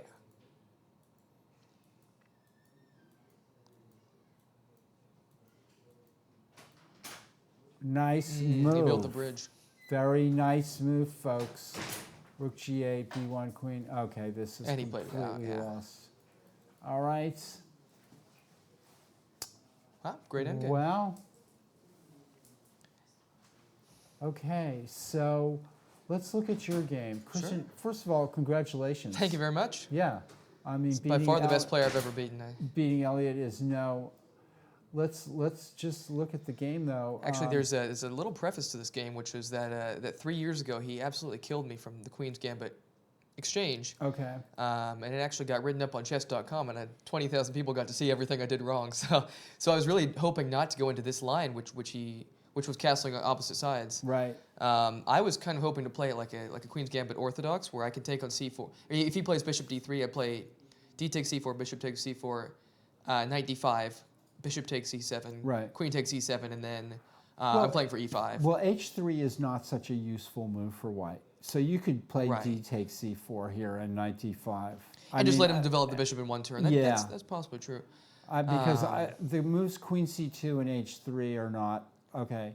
That's just. I could tell he really didn't want to play bishop d3 and give up Right. that tempo. But what happens is, I don't think you're Six, I don't know playing. about I don't think B6. you're playing actively enough here. And what happens is, although I was looking at this with Kyra, like maybe knight F8 instead of bishop B7. Knight f8. I think that's something similar to the position that we had in our last game, which I thought was fine.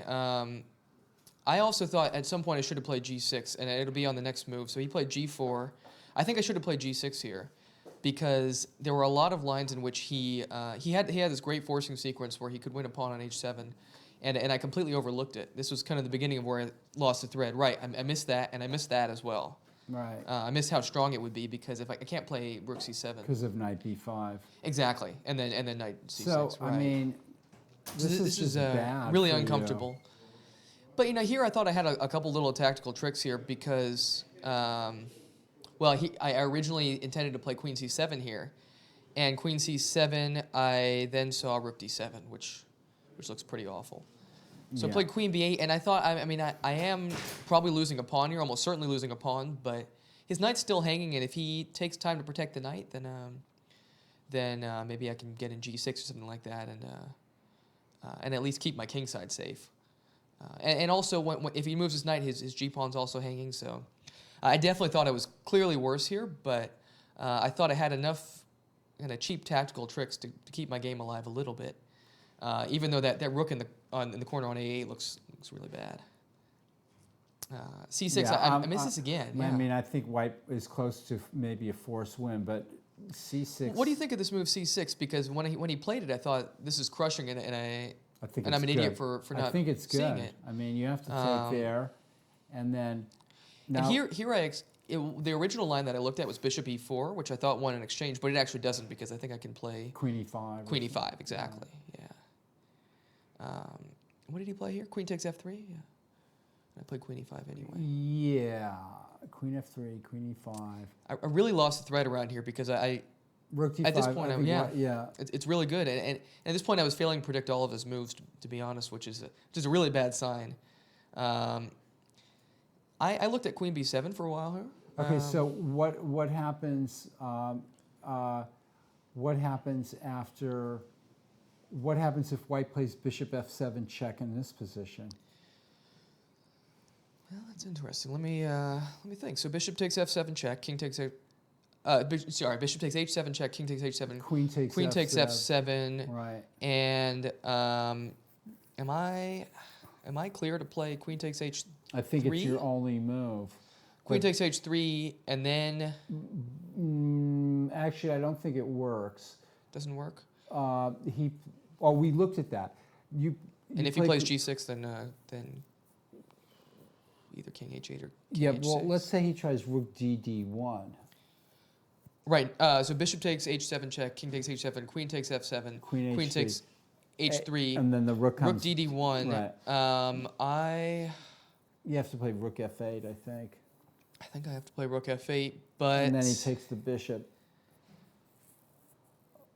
and I can't get it. All right, my king's stuck on h7. Yeah, and then he takes the bishop, Yeah, and that wins I think a couple I pawns. think this is very bad. The way he did it, I thought was a little more strange because I mean he always can repeat moves and just torture me a little more. What happened was he overlooked something that Kyron and I both overlooked too.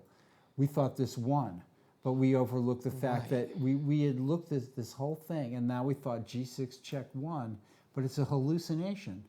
It's a total hallucination. I'm lucky that he didn't play king h1 because I mean I'd be lying if I said I saw this 5 moves in advance, but I did see it at this point when he played bishop takes h7 check. I did see that my whole defense is based on controlling g6 basically, and so he played. So I played queen c6, and actually the other move I looked at here for a long time, instead of queen c6 was rook a c8, but then I saw that that's mated by. If I play rook a c8, queen h5 check. Oh no, sorry, it wasn't queen h5 check. Rook a c8, g6 check. g6 check, King king h6, h6, queen queen f5, and wins it covers on c2. the Yeah, spot. and then that's mate next move. Right. We saw that. Yeah. But we also saw your move queen c6. Queen c6. But Kyron and I went no further than looking at g6 check, Oh, king interesting, h6, okay. queen f5, right? Right, and that's the first line I looked at as well. I mean, I also looked at. The problem was that we didn't see that you could play, and we saw queen g6. The only line we looked at was black plays queen g6 and then white plays rook h5 check. Right, I looked at that as well, and then I looked at it again. But we didn't see that that's check. Exactly. I mean, honestly, an incredible stroke of luck. Although he did play it instantly, and so So he it was overlooked based on a hallucination in on advance. his part. The same hallucination and that Kyron and I And had. the same one that I had the first time I looked at it. Yeah. But, you know, the other line I looked at, instead of playing g6 check, I thought, and he still has a pretty overwhelming attack if he plays queen h5 check, king g8, and then if he plays g6, he protects the rook on d5. And what was I going to play at that point? That's true. Look at that. That's And threatens check and mate. right. So I've got to do something, and I think Bishop f6. bishop f6. Queen Was, h7, was what I was king thinking. f8, queen h8, king e7. King So- e7, and then I'm still. But man, you're fighting a under little you're bit. under a strong attack if he plays just the I other am, rook over to d1. Maybe. Yeah, and this looked really bad. There was one other line that I looked at, and if I can remember it, I'll show it real quick, which was the queen h5 check, king g8, g6, and then there was one line in which e6 maybe. exactly it was queen e6, and then he would probably play rook e5 to take me off of e6. He wants to kick me off that light square diagonal, so I can't interpose my queen on g8 after queen Right. h8 check. Uh-huh. And so rook e5, I'd have to go to c4, and then rook c1, I would play queen d3 check, and then probably bishop f6. But at the end of that line, I think I either you're still get mated- mated or you're I'm mated in 'cause terrible the rook shape. prevents you from coming. Exactly. out. The rook closes the e file. That's what I saw as well. Yeah. So you should just play queen h5, king g8, g6. Just play bishop f6 right away, I think so. Yeah, I definitely think so. and yeah. then then I can always get some tricks based on maybe. b2. But yeah, the way he played a g6 check, and then I got Incredible. lucky. Yeah. Incredible. And then actually, you I played thought a good. And then you the just end played. game, You just played. Your technique was good enough to. I was yeah. My hands are shaking so badly I couldn't even sign my score sheet at this point. But Okay. The round is over, folks. We'll come. Christian, there's no more questions from me. This Sure, was, definitely. white doesn't even have the consolation of the wrong color. Right, rook the pawn structure wasn't quite right, and I just thought I could. So hammer these different, games, all of our games are over. Russell Wong, as we saw, won. This game ended in a draw, which surprises me, as it seems to me that Black was winning I thought this. Black was pressing. Let's see what happened. I traded. don't think the night ending is necessarily what you wanted, but. And now the white rook goes. That's a draw, huh?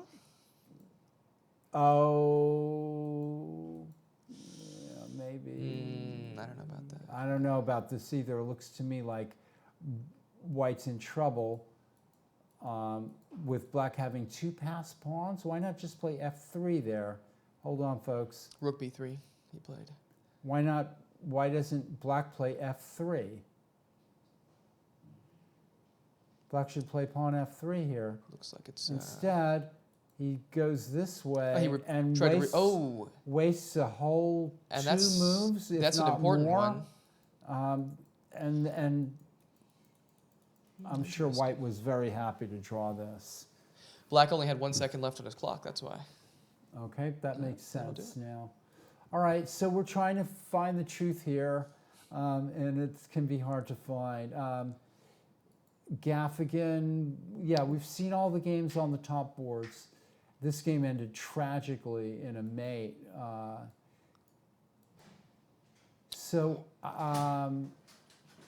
I'm going to tell you folks the standings after round 3, and then we'll wrap it up. Christian, congratulations, man. Thank you very much. Really, it's not every day that you beat an international master. It's never happened before.